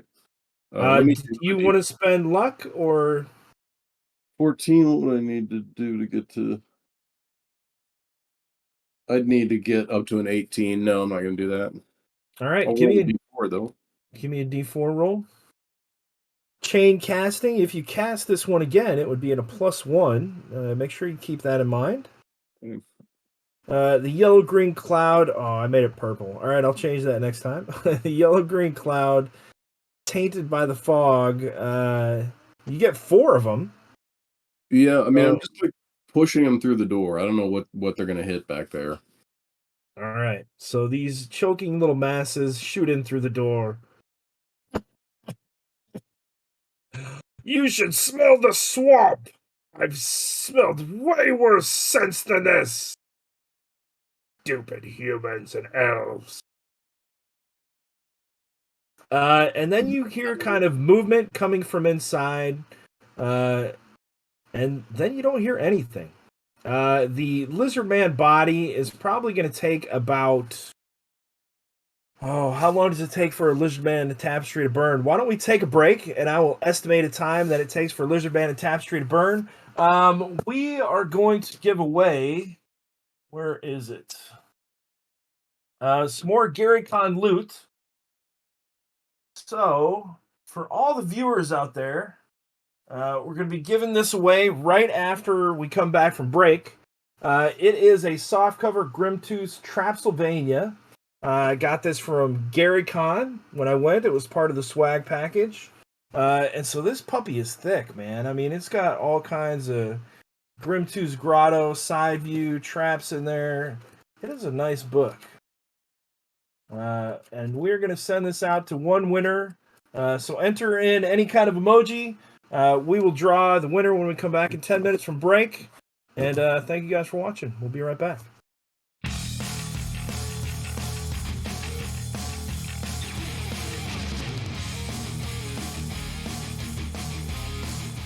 Welcome back to the Reaver Express, everybody. The group is clearing out the temple of some lizard folk so that they can form up a base of operations. Always a good plan to have a base. Our giveaway tonight is courtesy of our old friend Josh Pop, who used to play Agnar, who has disappeared in the fen. We don't know where his body is, but he let me grab a extra judge's bag, DM's bag from Gary Con, so I could give all those great loot out to all the players. And so tonight we're giving away the Goodman games, softcover Trapsylvania. Puppy is thick. And we're going to roll for it right now. You got a few more seconds to enter any kind of emoji into the chat. And then, I wonder if there's an adventure in here. There's a lot of traps, I can tell you that. There's some monsters, scenario ideas. I don't think there's a specific adventure in here. But Elena, what number are we? Wow, what number are we rolling tonight? You're gonna be doing a D10. And if you guys don't watch the Reaver Express live and you catch it later, we give away all kinds of good stuff. I mean, tune in Friday night if you're not doing anything. We just gave away an autographed Terry Olson copy of the Shrouded Fenn last week. This week we're giving away a big, thick Grimtooth Trap book. And the winner is going to be... see here. On the dice. Numero dos. That's one of our players. That's Chris. Outstanding. I don't think Chris has won anything yet. With me? Yeah. Okay. Awesome. The players are eligible to win. They are here donating their time as well. So I always tell them to enter into the drawing. It is random, though. And Chris, you haven't won anything yet, have you? No, and I had a copy of Grimtooth's Traps back in the day, so that's very nostalgic for me. All right. So congratulations to our winner, Chris. I'm pretty sure I already got your address, but I will get that mailed out to you. What do you guys want to do with this burning mound of lizard flesh? Y'all want me to freezing hands it a little bit? Probably a good idea. All right. You can hear what sounds like something smashing stone from deeper in, further away, not immediately in the next room. Freezing hands, go. 21. I'm All pretty right, sure that is going to put it out. I think that's a... it'll be a D6 plus 3. Okay. Technically up to 3 targets, too. So if there are 3 separate squares that are on fire, I target 3 separate squares. We'll say that it definitely puts out the burning lizard man as the flame and the ice just completely solidify it, and hear the hissing and the crackling as hot meets cold. Little steam shoots up. Flames are out.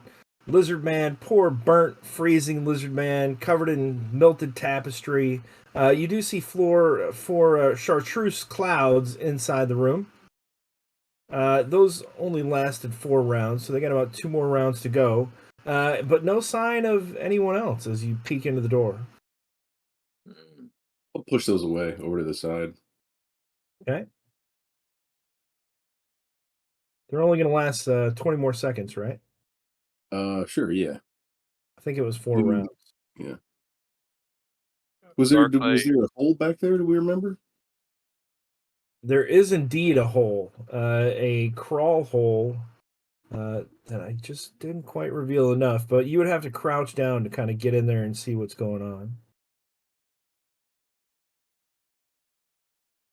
Barclay's going to go up to our captive lizard that's laying, I assume, still laying on the ground. He is still laying on the ground, and he's just been kind of quiet. He's been watching you guys. He's been looking in the door, and I think he might have been hoping that you forgot about him, because he was laying very still. Yeah, no, Barclay just remembered he's there, and he remembered he had his dagger, and sticks the dagger up to the thing's neck and says, "Is there an exit back there? What do you think they're doing?" I don't know. There wasn't any exit. There was some type of strange image. How many We were more are there? trapped. Only one. Only the boss.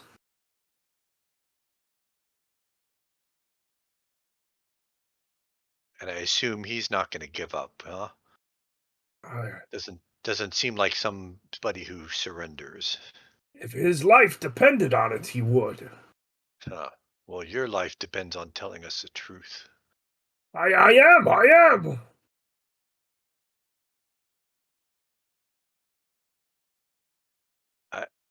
Looking around at the rest is, unless he can break his way out, he should be trapped.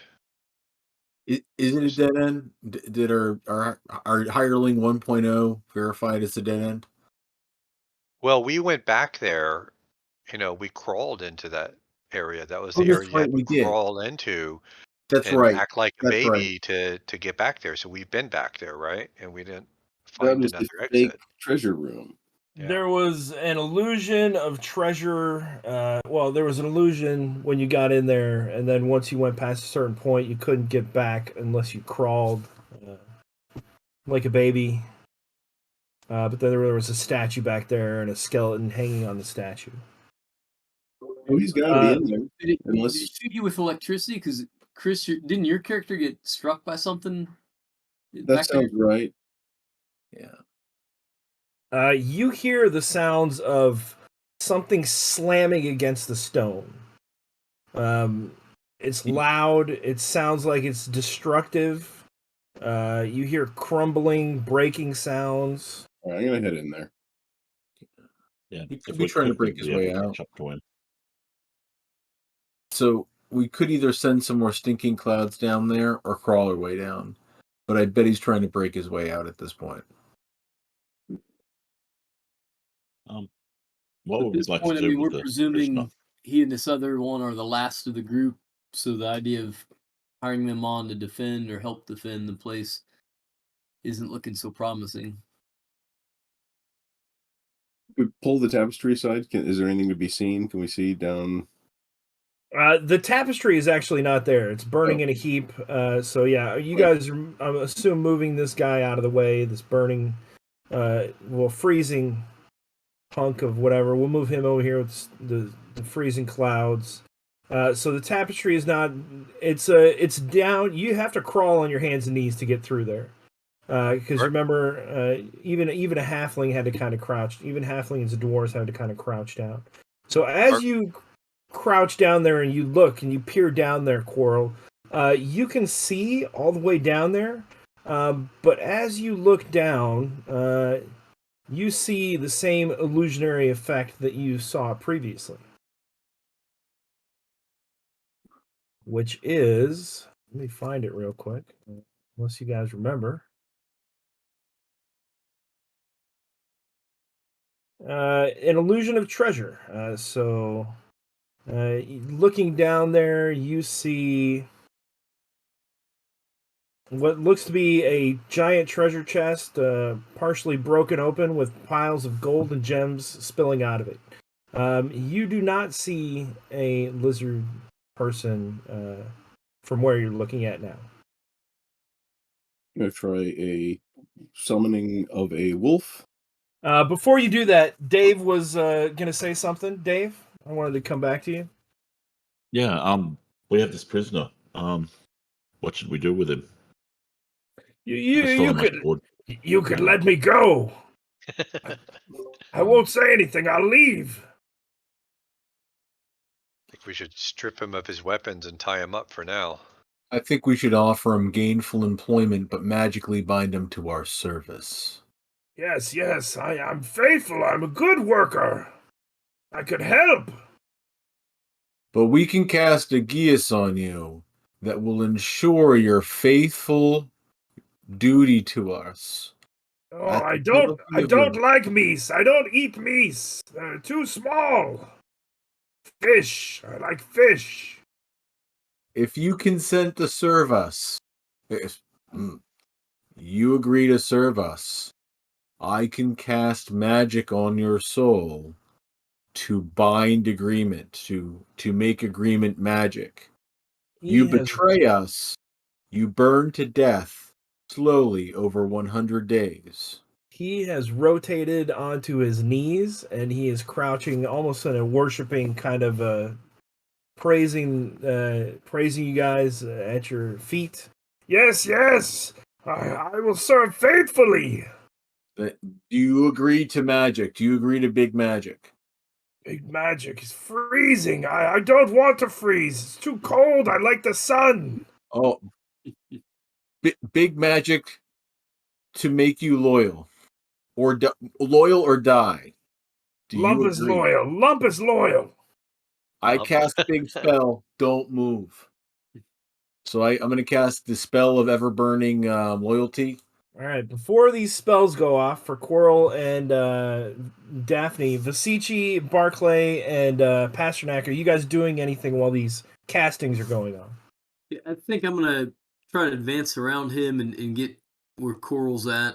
From my position at that point, I also cannot see the croc creature in the. You can hear sounds coming from in there, and as you approach, it definitely sounds like some kind of smashing, mining, breaking, digging, and also you can see a busted open treasure chest with golden gems spilling out all over the floor, but you can't see anything else. Barclay and Pasternak?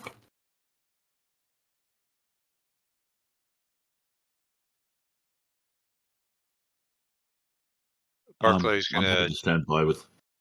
That's right. Go ahead.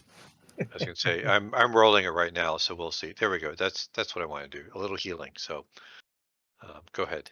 All right, so you're healing yourself, right? Yeah. 3d6.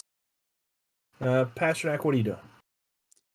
I'm happy to stick around in the short term and help with the personnel management for our new employee.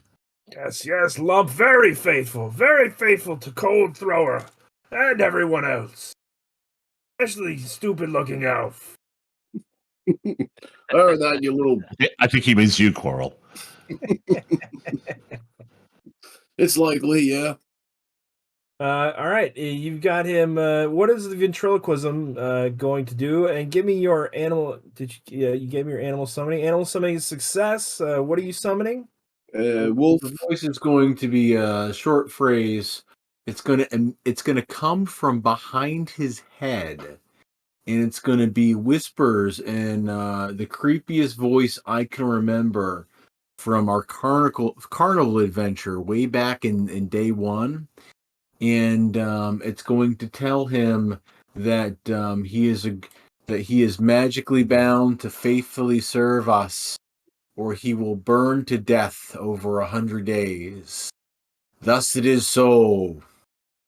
And Well, magic jumbo, blah blah blah blah blah. as this booming, powerful voice broadcasts from behind his head and all around him, and his room echoes with it. Yes, I serve faithfully. I don't want a cold bird, no. And he's groveling. Yeah. And if he's not, go ahead. is he armed? He had a club. All right, I'm gonna give him back his club because I totally trust him now. Okay, he's got the club. Thank you. Great magic. And 18. That's probably 2 wolves or 1 really big wolf, right? It's going to be one big one. Where are my wolf tokens? Had them. I will get you the wolf token. And what are you guys doing? What is the next plan of action? I'm going to send it down there. Say, take that orc down. Or whatever it is. Crocodile. Wow, that token looks really dark. But that's the one I can find for right now. Oh, that was one I use at nighttime, so the eyes can see you. Let's see here. All right, here we get a wolf. So your wolf goes charging in there. Oh. And get a little bit bigger. He fits right in the crack and crevice. He gets down to the end, and he can smell something, but he's hesitant to enter into the room. And you almost hear like a whimpering sound, whimpering effect, and a confusion. You're getting confusion, trepidation, not fear, but I look back at Visici. And what do you think? Should we go in? What? I don't know what the problem is. I'm not sure that there is any advantage to doing that. Perhaps we see if he'll crawl out and surrender. They've been talking to us in common. Is that correct? Yes. Okay, so I'll just use common then. My big scaly friend. It seems that you are at a dead end. We can suggest a way to come back out from there if you do not know how. But you must come out hands first, no weapons. No response, only the continued sound of something, and it sounds like it's getting a little further away. I think he's trying to break his way out. Yeah. We got to go get him.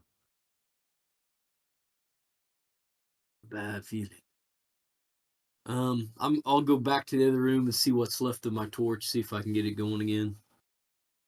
I think Quarrel actually picked up your torch. Did I?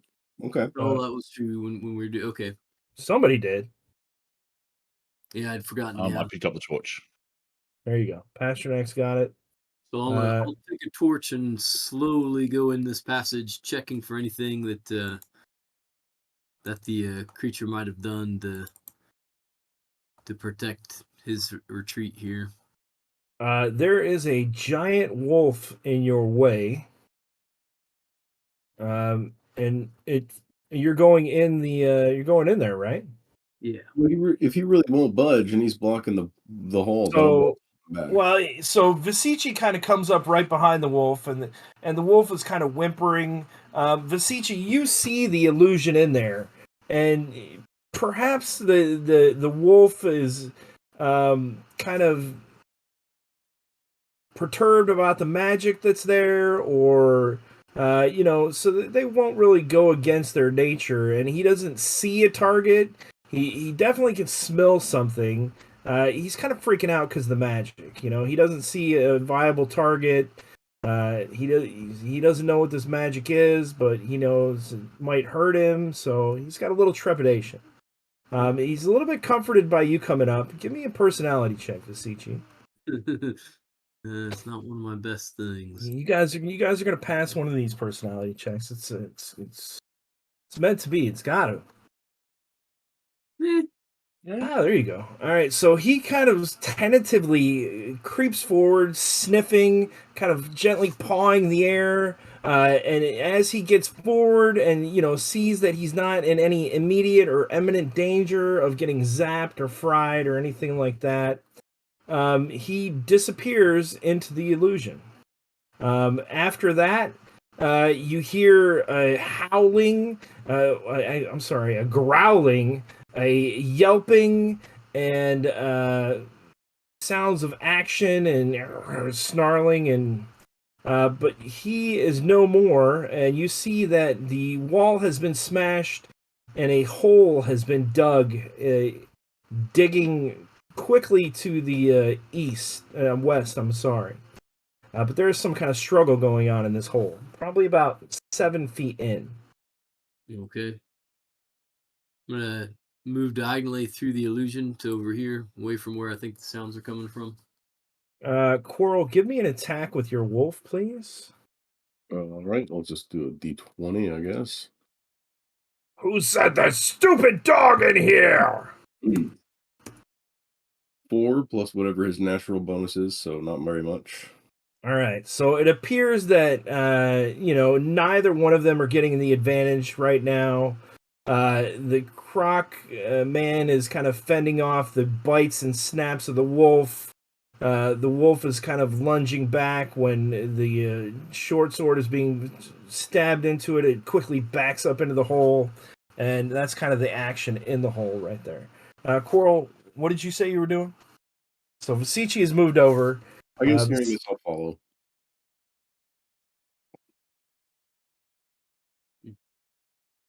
Vasici, you can kind of see in this little makeshift tunnel. He hasn't gotten very far, but he is a crocodile man with kind of webbed hands and nice, claws. He's digging. Once he got through the stone, he's made a good 8 feet of progress, and he's can easily slide on his scaled belly and propel himself with his rear feet. His tail is kind of whipping back and forth. Pasternak, what are you doing? I'll come up behind Coral. All right, Well, Barclay. I'm going to move up, head towards the hole too. So are these five? These are 5-foot tiles, right? Yep, you can double move. Daphne. Be coming down. I'm going to bring our friend. I would actually like the audience to take a stab at naming our guy. Are you talking about Lump? I've already named Name's him. Lump. Oh yeah, but we're gonna rename him. He's getting a. This is a new baptismal name. This is a rebirth name. Oh. So, but I'm gonna be asking him to join us down here, and he can follow me. It's fine, but he can come with us. Yes, great one. I follow you. I'm following. Good. Give me another attack roll, Coral. Melee is probably going to be. You got a 2-hit die wolf, probably +3. Doing a 1d6 attack. The Crocman is his sword. He can't really maneuver it in here, so he's going to try to goad the wolf forward and try to bite it on the neck. 17 is definitely going to hit. I also need you to roll me 2d8 for his hit points. Okay. That's 10. Excuse me, Right. 10.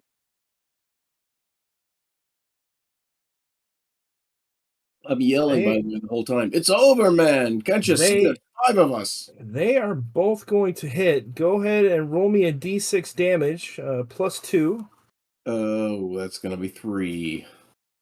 The wolf leans forward, biting into the scaled, armored forearm of the crocodile man, and you can see from your vantage point that he kind of goaded the wolf, and he was holding his arm out. And as the wolf bit down on him, his crocodile jaws clamp onto the back of the wolf, and with a quick, swift roll, he twists, and you hear a snapping of the wolf's neck as the jaws lock around the wolf, and the wolf dissipates into dust. It's not over. Come in here and get me, stupid elf.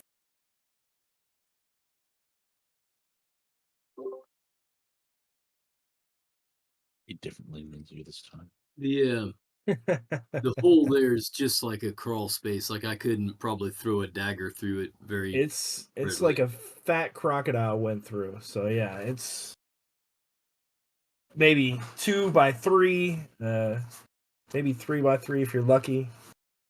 And the choking clouds are all gone. Choking clouds are gone, and it kind of curves up a little bit, so it's going at an upward angle. It's not just straight. He's trying to get to the surface. Oh, okay. Are we in initiative? Like, I'll throw a magic missile at this guy if I can. I mean, I guess it kind of all depends on what you guys want to do. But Well, Barclay has something he wants to cast too. Okay. So all right, so let's go ahead and roll initiative. Let me clear off the other initiative tracker, and we'll see what happens. All right, go ahead and go for it. Roll initiative.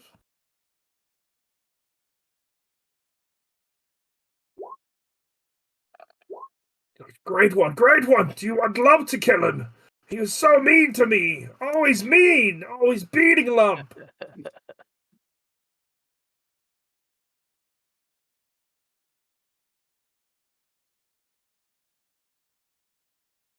It looks like Coral is going to, in fact, be first up. Okay, let's roll this magic missile spell. Here we go. So 21. you're crawling in the hole. Well, no, I'm going close enough to have a target, as it were. All right. So you're getting in the hole. You're on your hands and knees. It's 3x3. It's angled upwards. So you're getting in there to look up. All right, And fine. your face is right in that hole. But a Great. 21 is definitely going to hit. Does Pumpkin Spice get his own initiative? Who named him Pumpkin Spice? Batonic Elena. Spice, Elena. Batonic I was Pumpkin already Spice. going to say Elena doesn't count. I think that's a great name. I knew it before I even asked. I was already going to say Elena's names don't count. Caster throws 1d4. Give me a 1d4 roll. 3 missiles. Doing 1d6. So roll 3d6. And you're level 3? Right, so I'm going to do these separately. Yeah, so roll 3d6 and add 9 to it. Okay, I'm going to do that. 23. Yeah, nice. Nice. So, and how do they manifest? We don't have a manifestation on there. Is that a same thing every time? The manifestation? Yeah, so I Yeah. usually just go with the one manifestation so we don't have to keep rolling it. But yeah, go ahead and roll me your manifestation. And it says spell has a +1. Did you make sure you added that in there? I did not. I don't know that would make a difference. 22. I don't think it would. I think the next category is 23. But anyway, give me a D100 roll. 0 to 50 is gold. 50 to 100, 51 to 100 is lead. Lead. All right. Let's see.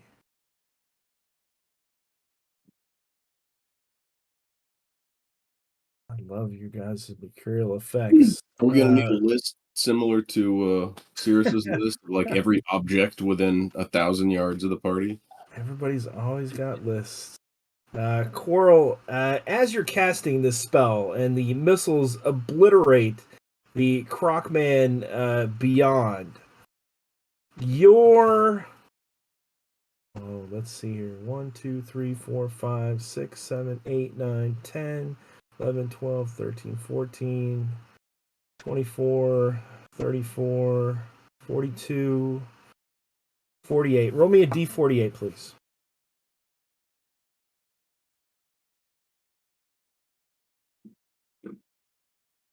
Nice. 31. One of your 18 candles turns to lead. You now have a lead candle and 17 regular candles. Well, that's not so bad as a side effect, unless we're counting in lead poisoning. Not bad at all. Yeah. So this guy, what was the manifestation? Did you roll it? I did not. All right. So next time, these magic missiles shoot out of your hands. 3 of them, and they just blast into him. Kill you, elf! As he's crawling forward. Another one blasts him in the face, singeing his maw as he's kind of scampering forward. Like, you know how quick those crocodiles have a burst of energy, and your face is right in there. So he's coming to try and bite your face off. And as the third one, he's opening his maw to just clamp onto your face and tear it off. But the third one just explodes in his throat, and his body, his the outer part of his throat kind of explodes in the hole, shooting gore and muck all over the place as his body comes to rest right below you. He's dead.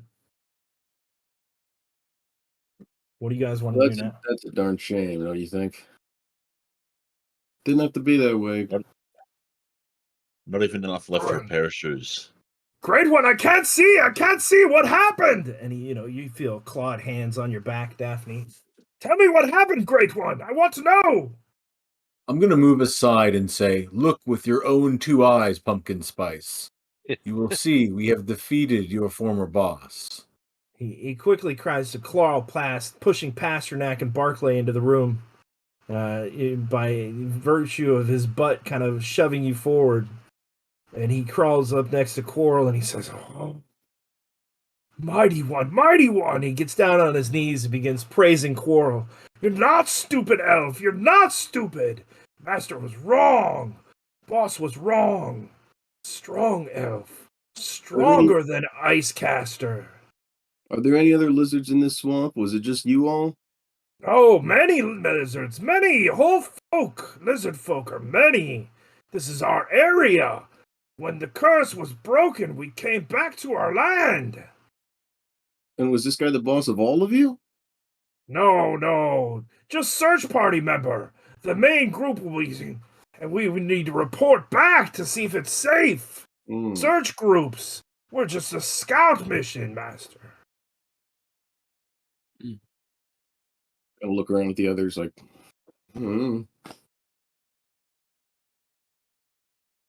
Well, Lump crawls in. how do you feel about chickens? Do you like chickens? Lump crawls in. Is anybody watching what Lump is doing?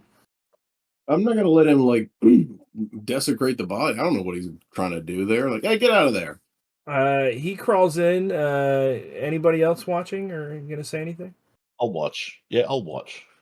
I'm just curious. I mean, you don't I'm have curious. to. The guy's exploded. He begins removing some crocodile teeth. He takes them out. He comes over to Visici. He says, "Trade! Trade here! Teeth for the jewel!" Do the teeth look to be of any interest to me? I mean, obviously they're just teeth. Crocodile teeth. You tell me if they're interesting to you. Beautiful about them or special about them? They're bloody. They're plaque covered. Trade. There's Wear them on your hat. 5 of them. That's precedent. Not here. We'll trade when we're out of this passage. Hard bargain, this one. Hard bargain. All right. Anybody else want to do anything?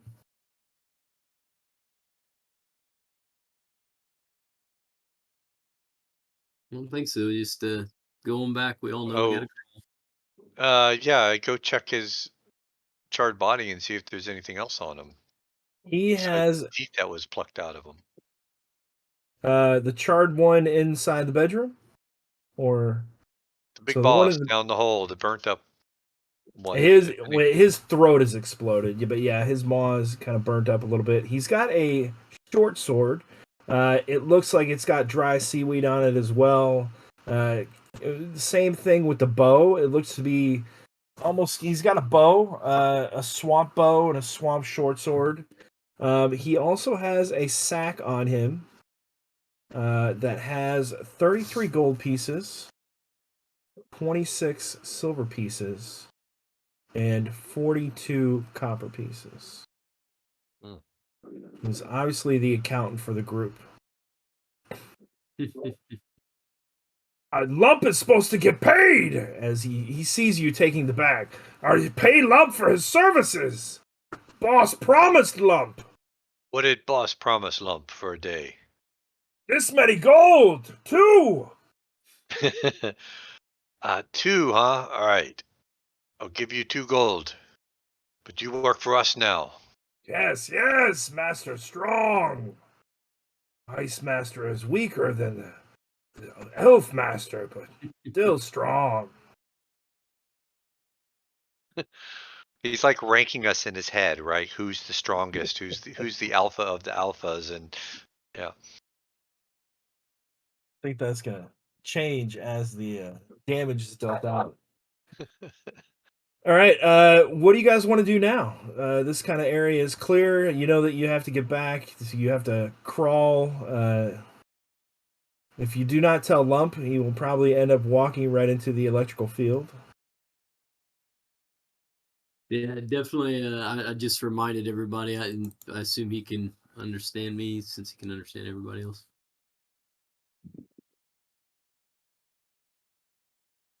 All right, what are you guys doing? Where are you going? Well, I guess need to we clear go the. out here. yeah.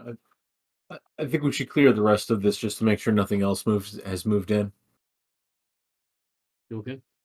Get these bodies out of here too after we clear the area. Yeah.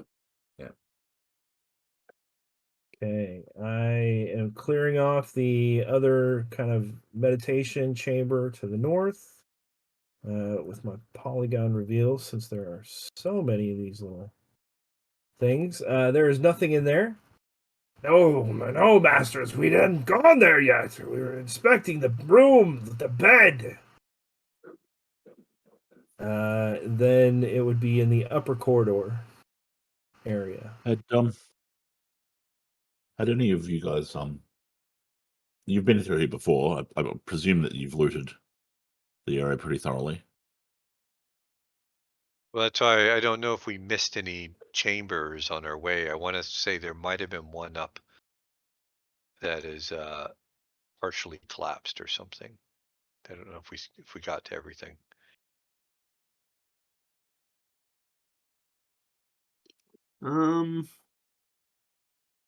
All right, so Lump and Barclay have moved up north. Everybody else still sitting in that statue room. That's enough. I'll move up with them. Lou, I can't remember if you locked this door. Yeah, I know you opened it and slammed it shut right away. I think you did lock it. Which door are we talking about? The one the rats were trying to bust through.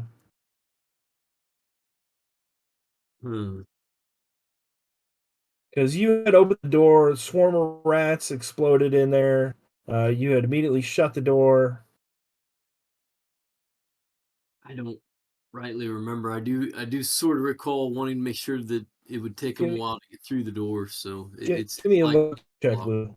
Give me a look check, and we'll see what's talking about. Okay.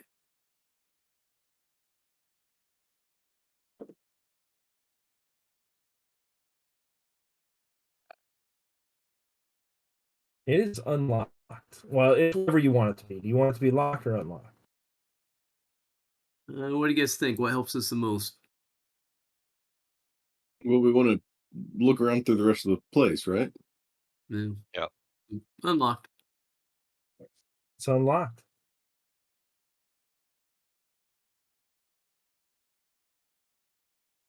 Let's have a look. Let's see what's up there. Who's going first? I'll go first. I like the braveness. Clearing off this turn track.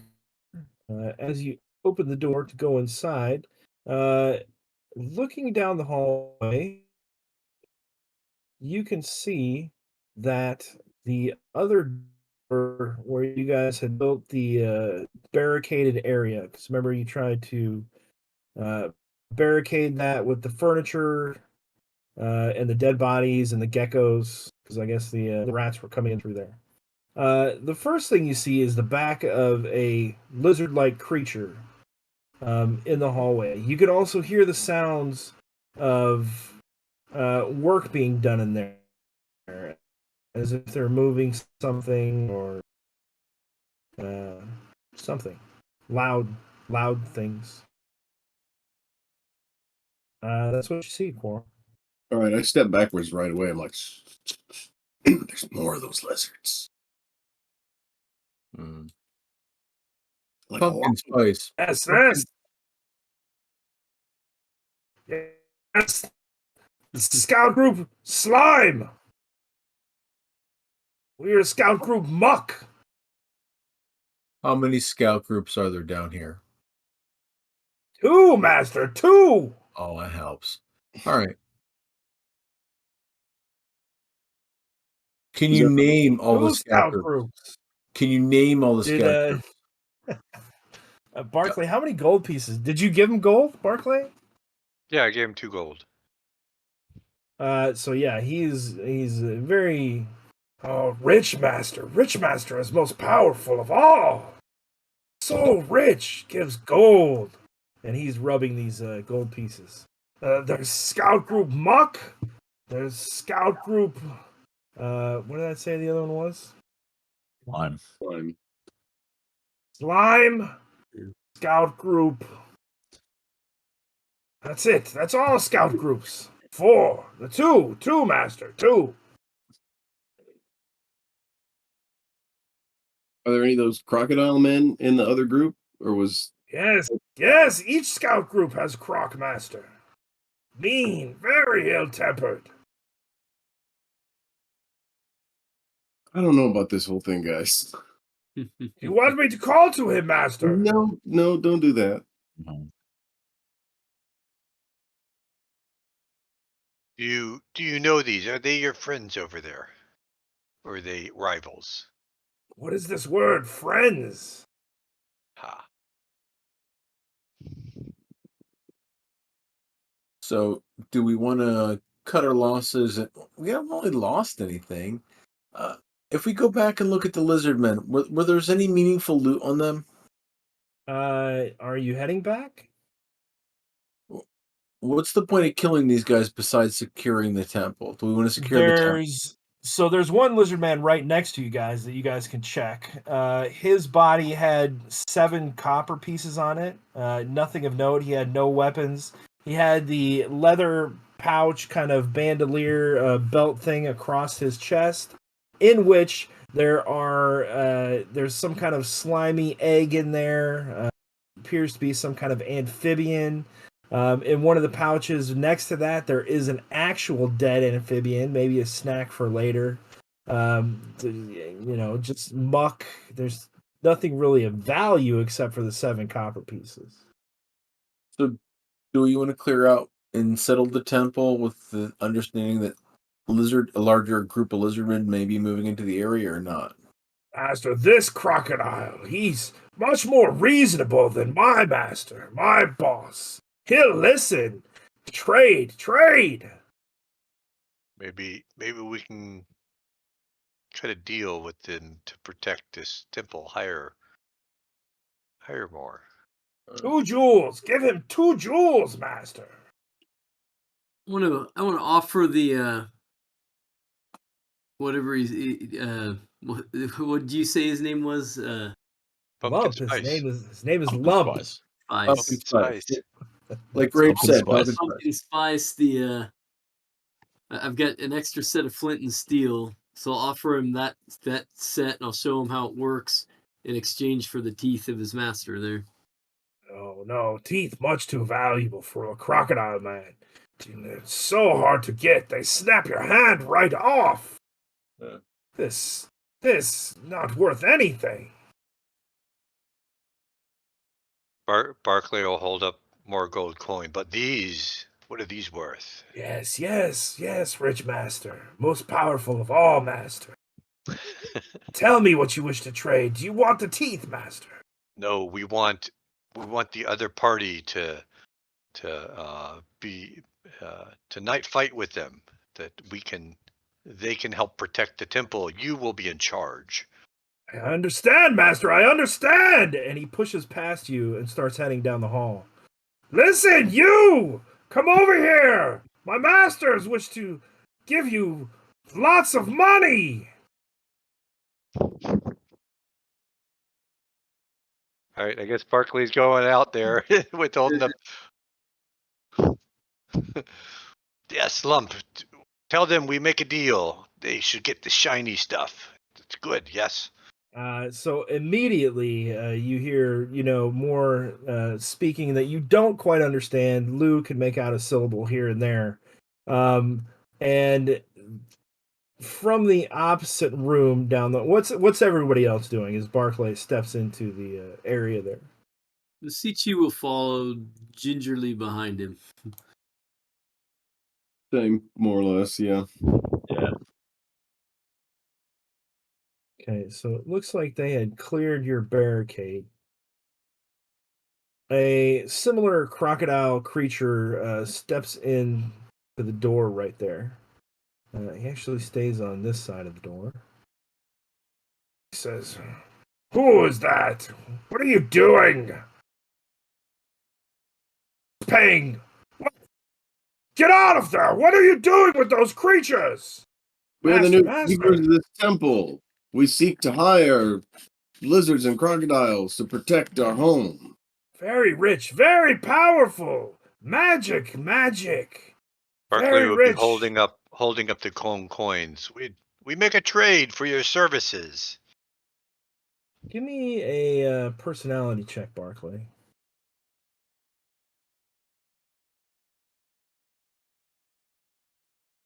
Come on, cheat.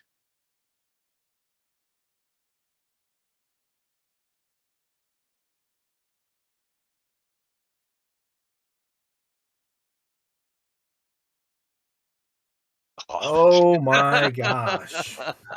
Oh my gosh. As you're holding up the bag of coins from his other crocodile family member, he sees that the leather strap around the sack he recognizes it. That black leather bag! The strap! You stole that from my brother! Where is he? I mean, Well, do you care about your brother or do you care about his gold? Which is more valuable to you? send the lizard forward.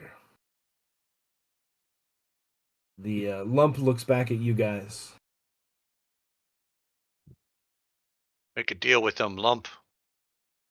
Yes, Come on, pumpkin yes. spice. Yes, rich master, I will. He begins walking down the hall. Does anybody else want to do anything as he goes down?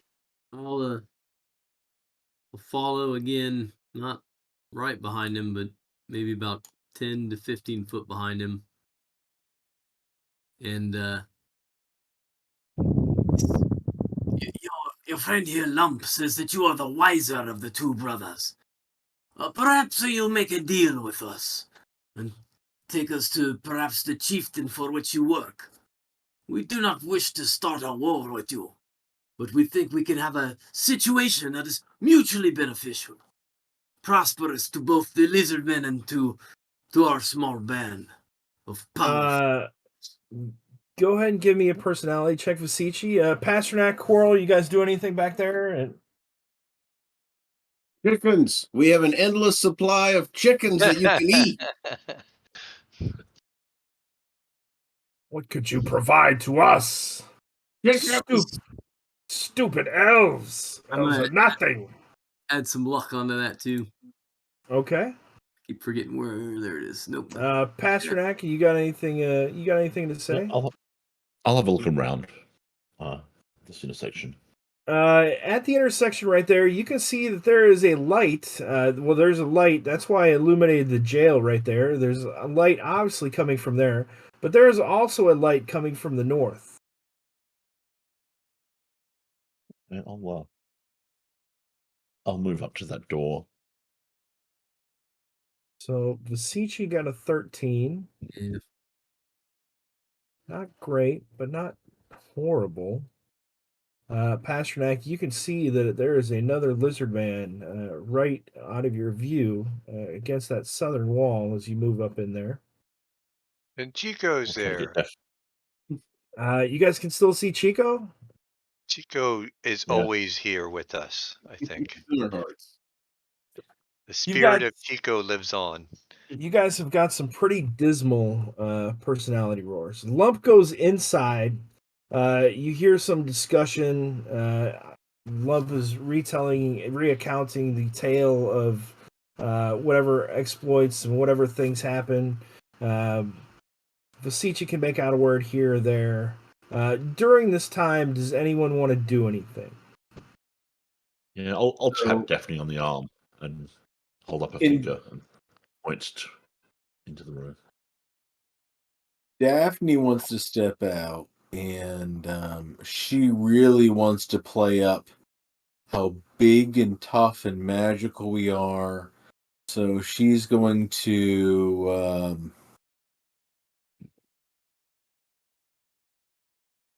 we want to hire these guys, right? Yeah, I think so. At least for the So time. she's going to stand behind Vasici and play up that joining us will give us the same riches that Lump will come to enjoy in our service. We have room for many other, just like yourself, strong people to work for us and reap much gold. Okay. Pasternak, you can see that the lizard folk above you, I've moved him up a tiny bit because he looks very tense. He looks very agitated. And, he's almost kind of, like bouncing in place with anticipation. And with every bounce, he just kind of steps just the tiniest bit closer. But that's what's going on with him. The crocodile foreman steps out and he says, "Bring me the bag of gold that's ours, and then pay double that, and we will let you live here and let you leave alive." Which is it? Do we get to live here or leave alive? Both. You can come and go as you please. You said you want to live with the lizard folk. You're looking for a one-time payment, huh? I will bring this payment to my king. How much was in the pack? 30? 33 gold, I think. Coral, what are you doing back there? I'm thinking about it. All right. Barclay, what are you doing? I'm thinking about casting something, but I want to see what others want to do. Daphne? Coral's gonna look. Daphne's gonna look behind her, and look at Quarrel, and kind of wink, and do this, and do this. She wants to know what Quarrel's thinking right now. That's it. Vasici, what are you doing? I think I'm gonna back into that room. Pasternak, what are you doing? I'll have my sword ready just in case that lizard man rushes us. As Vasici enters, he's still bouncing up and down, but he's not bouncing up and down, forward anymore.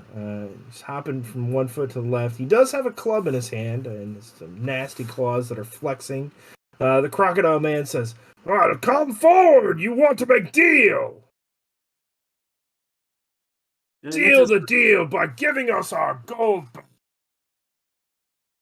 Let us replace our weapons with items of trade, or perhaps some form of agreement. Do you or do you not have an interest in working as some sort of garrison for this facility on our behalfs for gold?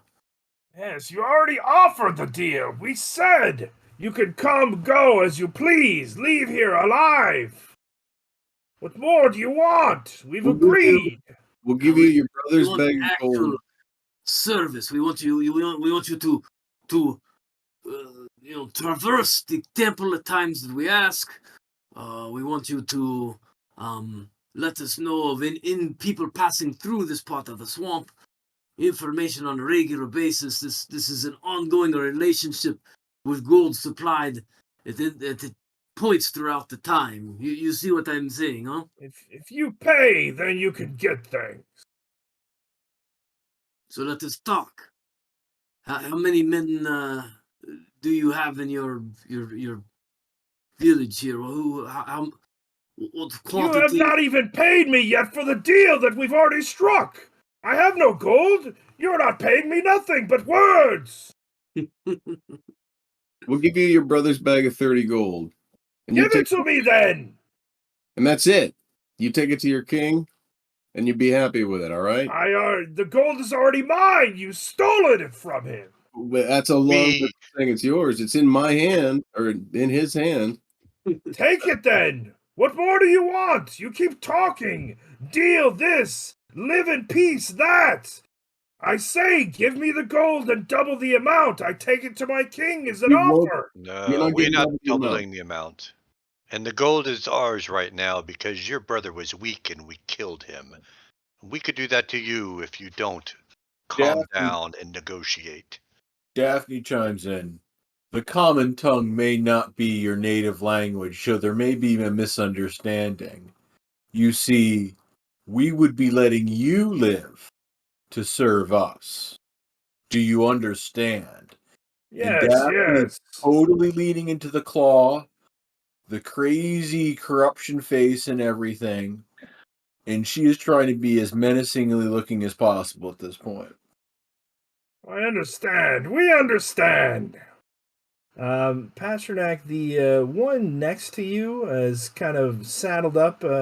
He appears to be walking past you, but almost kind of bowing up on you, flexing his chest out a little bit, giving you a little fluff as he walks by. Are you going to continue to let him walk by?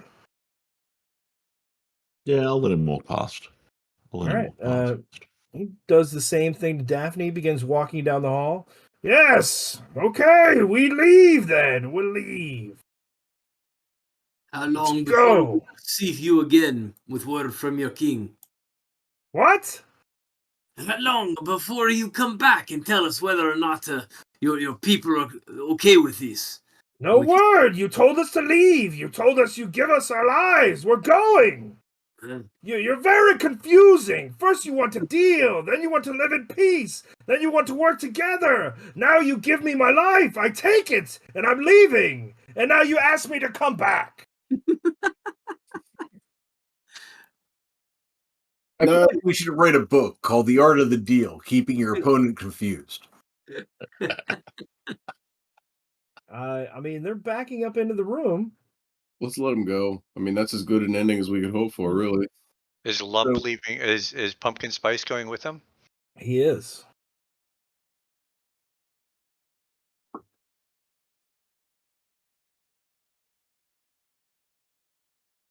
They will have forgotten the whole thing by tomorrow, I'll bet. Yeah, or they'll be coming at us from both ends here. Yeah. Yeah, right. You're probably right. I mean, they've agreed to everything you've wanted, and it never seemed enough. You kept demanding more and more. So if you let them leave, they're going to begin ascending the ladder. Well- I'm okay with that. At this point, the more we try to negotiate, the more confusing it gets, I think. Dave, sounds like Barclay and Vasici are in agreement. I think Chris said he would let them leave. Pasternak and Daphne, I think you would be the last two that haven't agreed yet. Yeah, we'll let them leave. Well, I'll let them leave. All right, Daphne? So, as a player, I think we should follow them. And I think we should oppose their king and take over rulership of their entire tribe. Daphne, though, would let them go. All right. They climb out of the temple. You can choose to follow them. They're going to head out. We don't know what is going to happen with that situation, but I think that's going to be it for us tonight. We will pick We're off. still going to regret letting them go. I'm just calling that now. Oh, it's definite. We'll regret this. You go through the rest of the area. I will reveal the other secret area. And the last area over here was the closet area. Mm-hmm. So as you guys are searching this, the other corridor is filled up. So before we close out, let's go through this closet real quick. Because everything, the most interesting pieces of loot in this area are all in this closet that you guys looked at briefly and then never went back inside. And I was like, what? I was like, they didn't search the closet area? I think then they have the holes in the wall that the rats were coming out of. They did. It did have the holes in the wall that the rats were coming out of. But yeah, you guys never went back to it. And it's got all kinds of goodies in it. So let's just give you guys some treasure.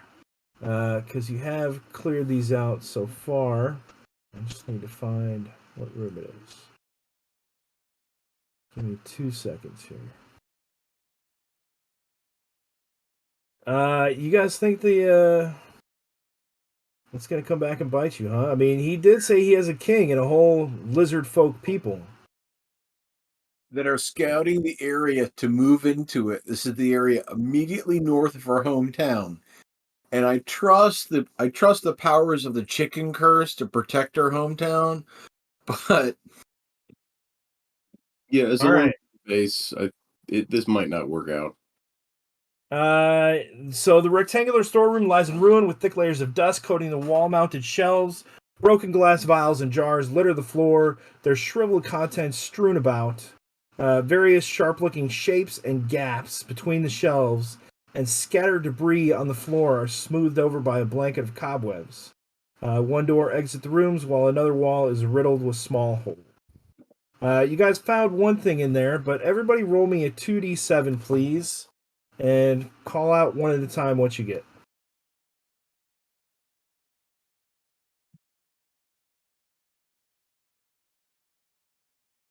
Ben?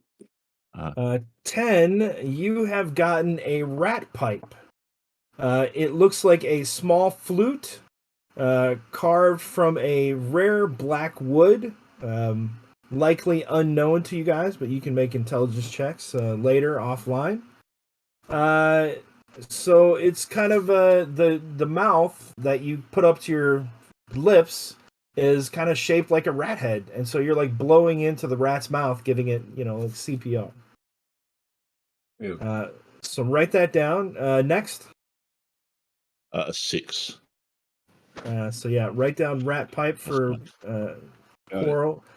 You've got a tin,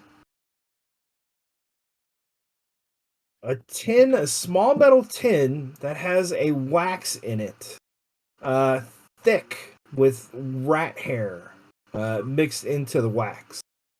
It appears so it's about yay round, about the size of the inner palm. It's kind of got a rubbed out area inside. It looks like wax that you might place on leather or boots or clothes or furniture. Maybe armor. So you got a tin of rat wax. Who's next? so Daphne got an 8, but Vasici got an 8 too. And Pasternak, there's 2 doses of that rat wax in there. Who rolled the first 8? Technically, Daphne did. Yeah, I was gonna say. Yeah. Daphne gets a blue viscous potion that smells like lemons. I don't know if you guys have already had this We potion. found that one, and I drank it and fell over. You remember? That's right. There's a second bottle. So I was like, "Don't Quirrell drink that." can tell you that anyone who drinks this must make a DC 14 Fortitude save or fall into a magical sleep for 1d10 hours. Daphne has found a sedative.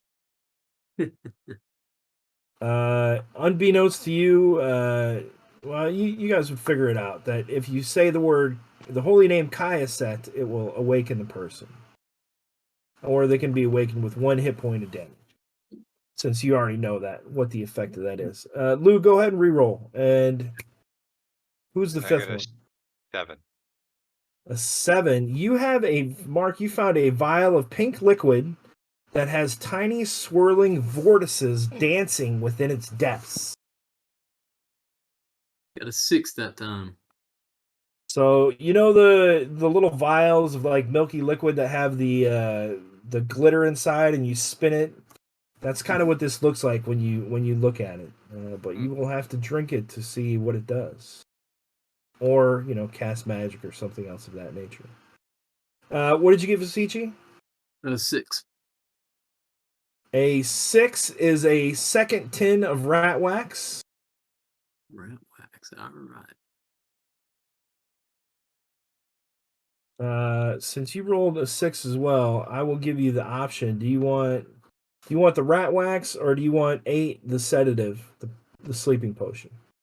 I already wrote the rat wax down, so we'll go with All right. that. There you go. And I rolled for Sarah. But she got a 7, which you guys already got too. All right, there we go. That's better. She got a 12. So, Gossamer, when you watch this back, you have found a whetstone to sharpen blades. So we will write that down and give that to her. Thank you guys for joining us tonight. We will return in 2 weeks on May 5th, Cinco de Mayo, where more shenanigans will ensue. We're out. Say goodbye, everybody. Good night. Yes.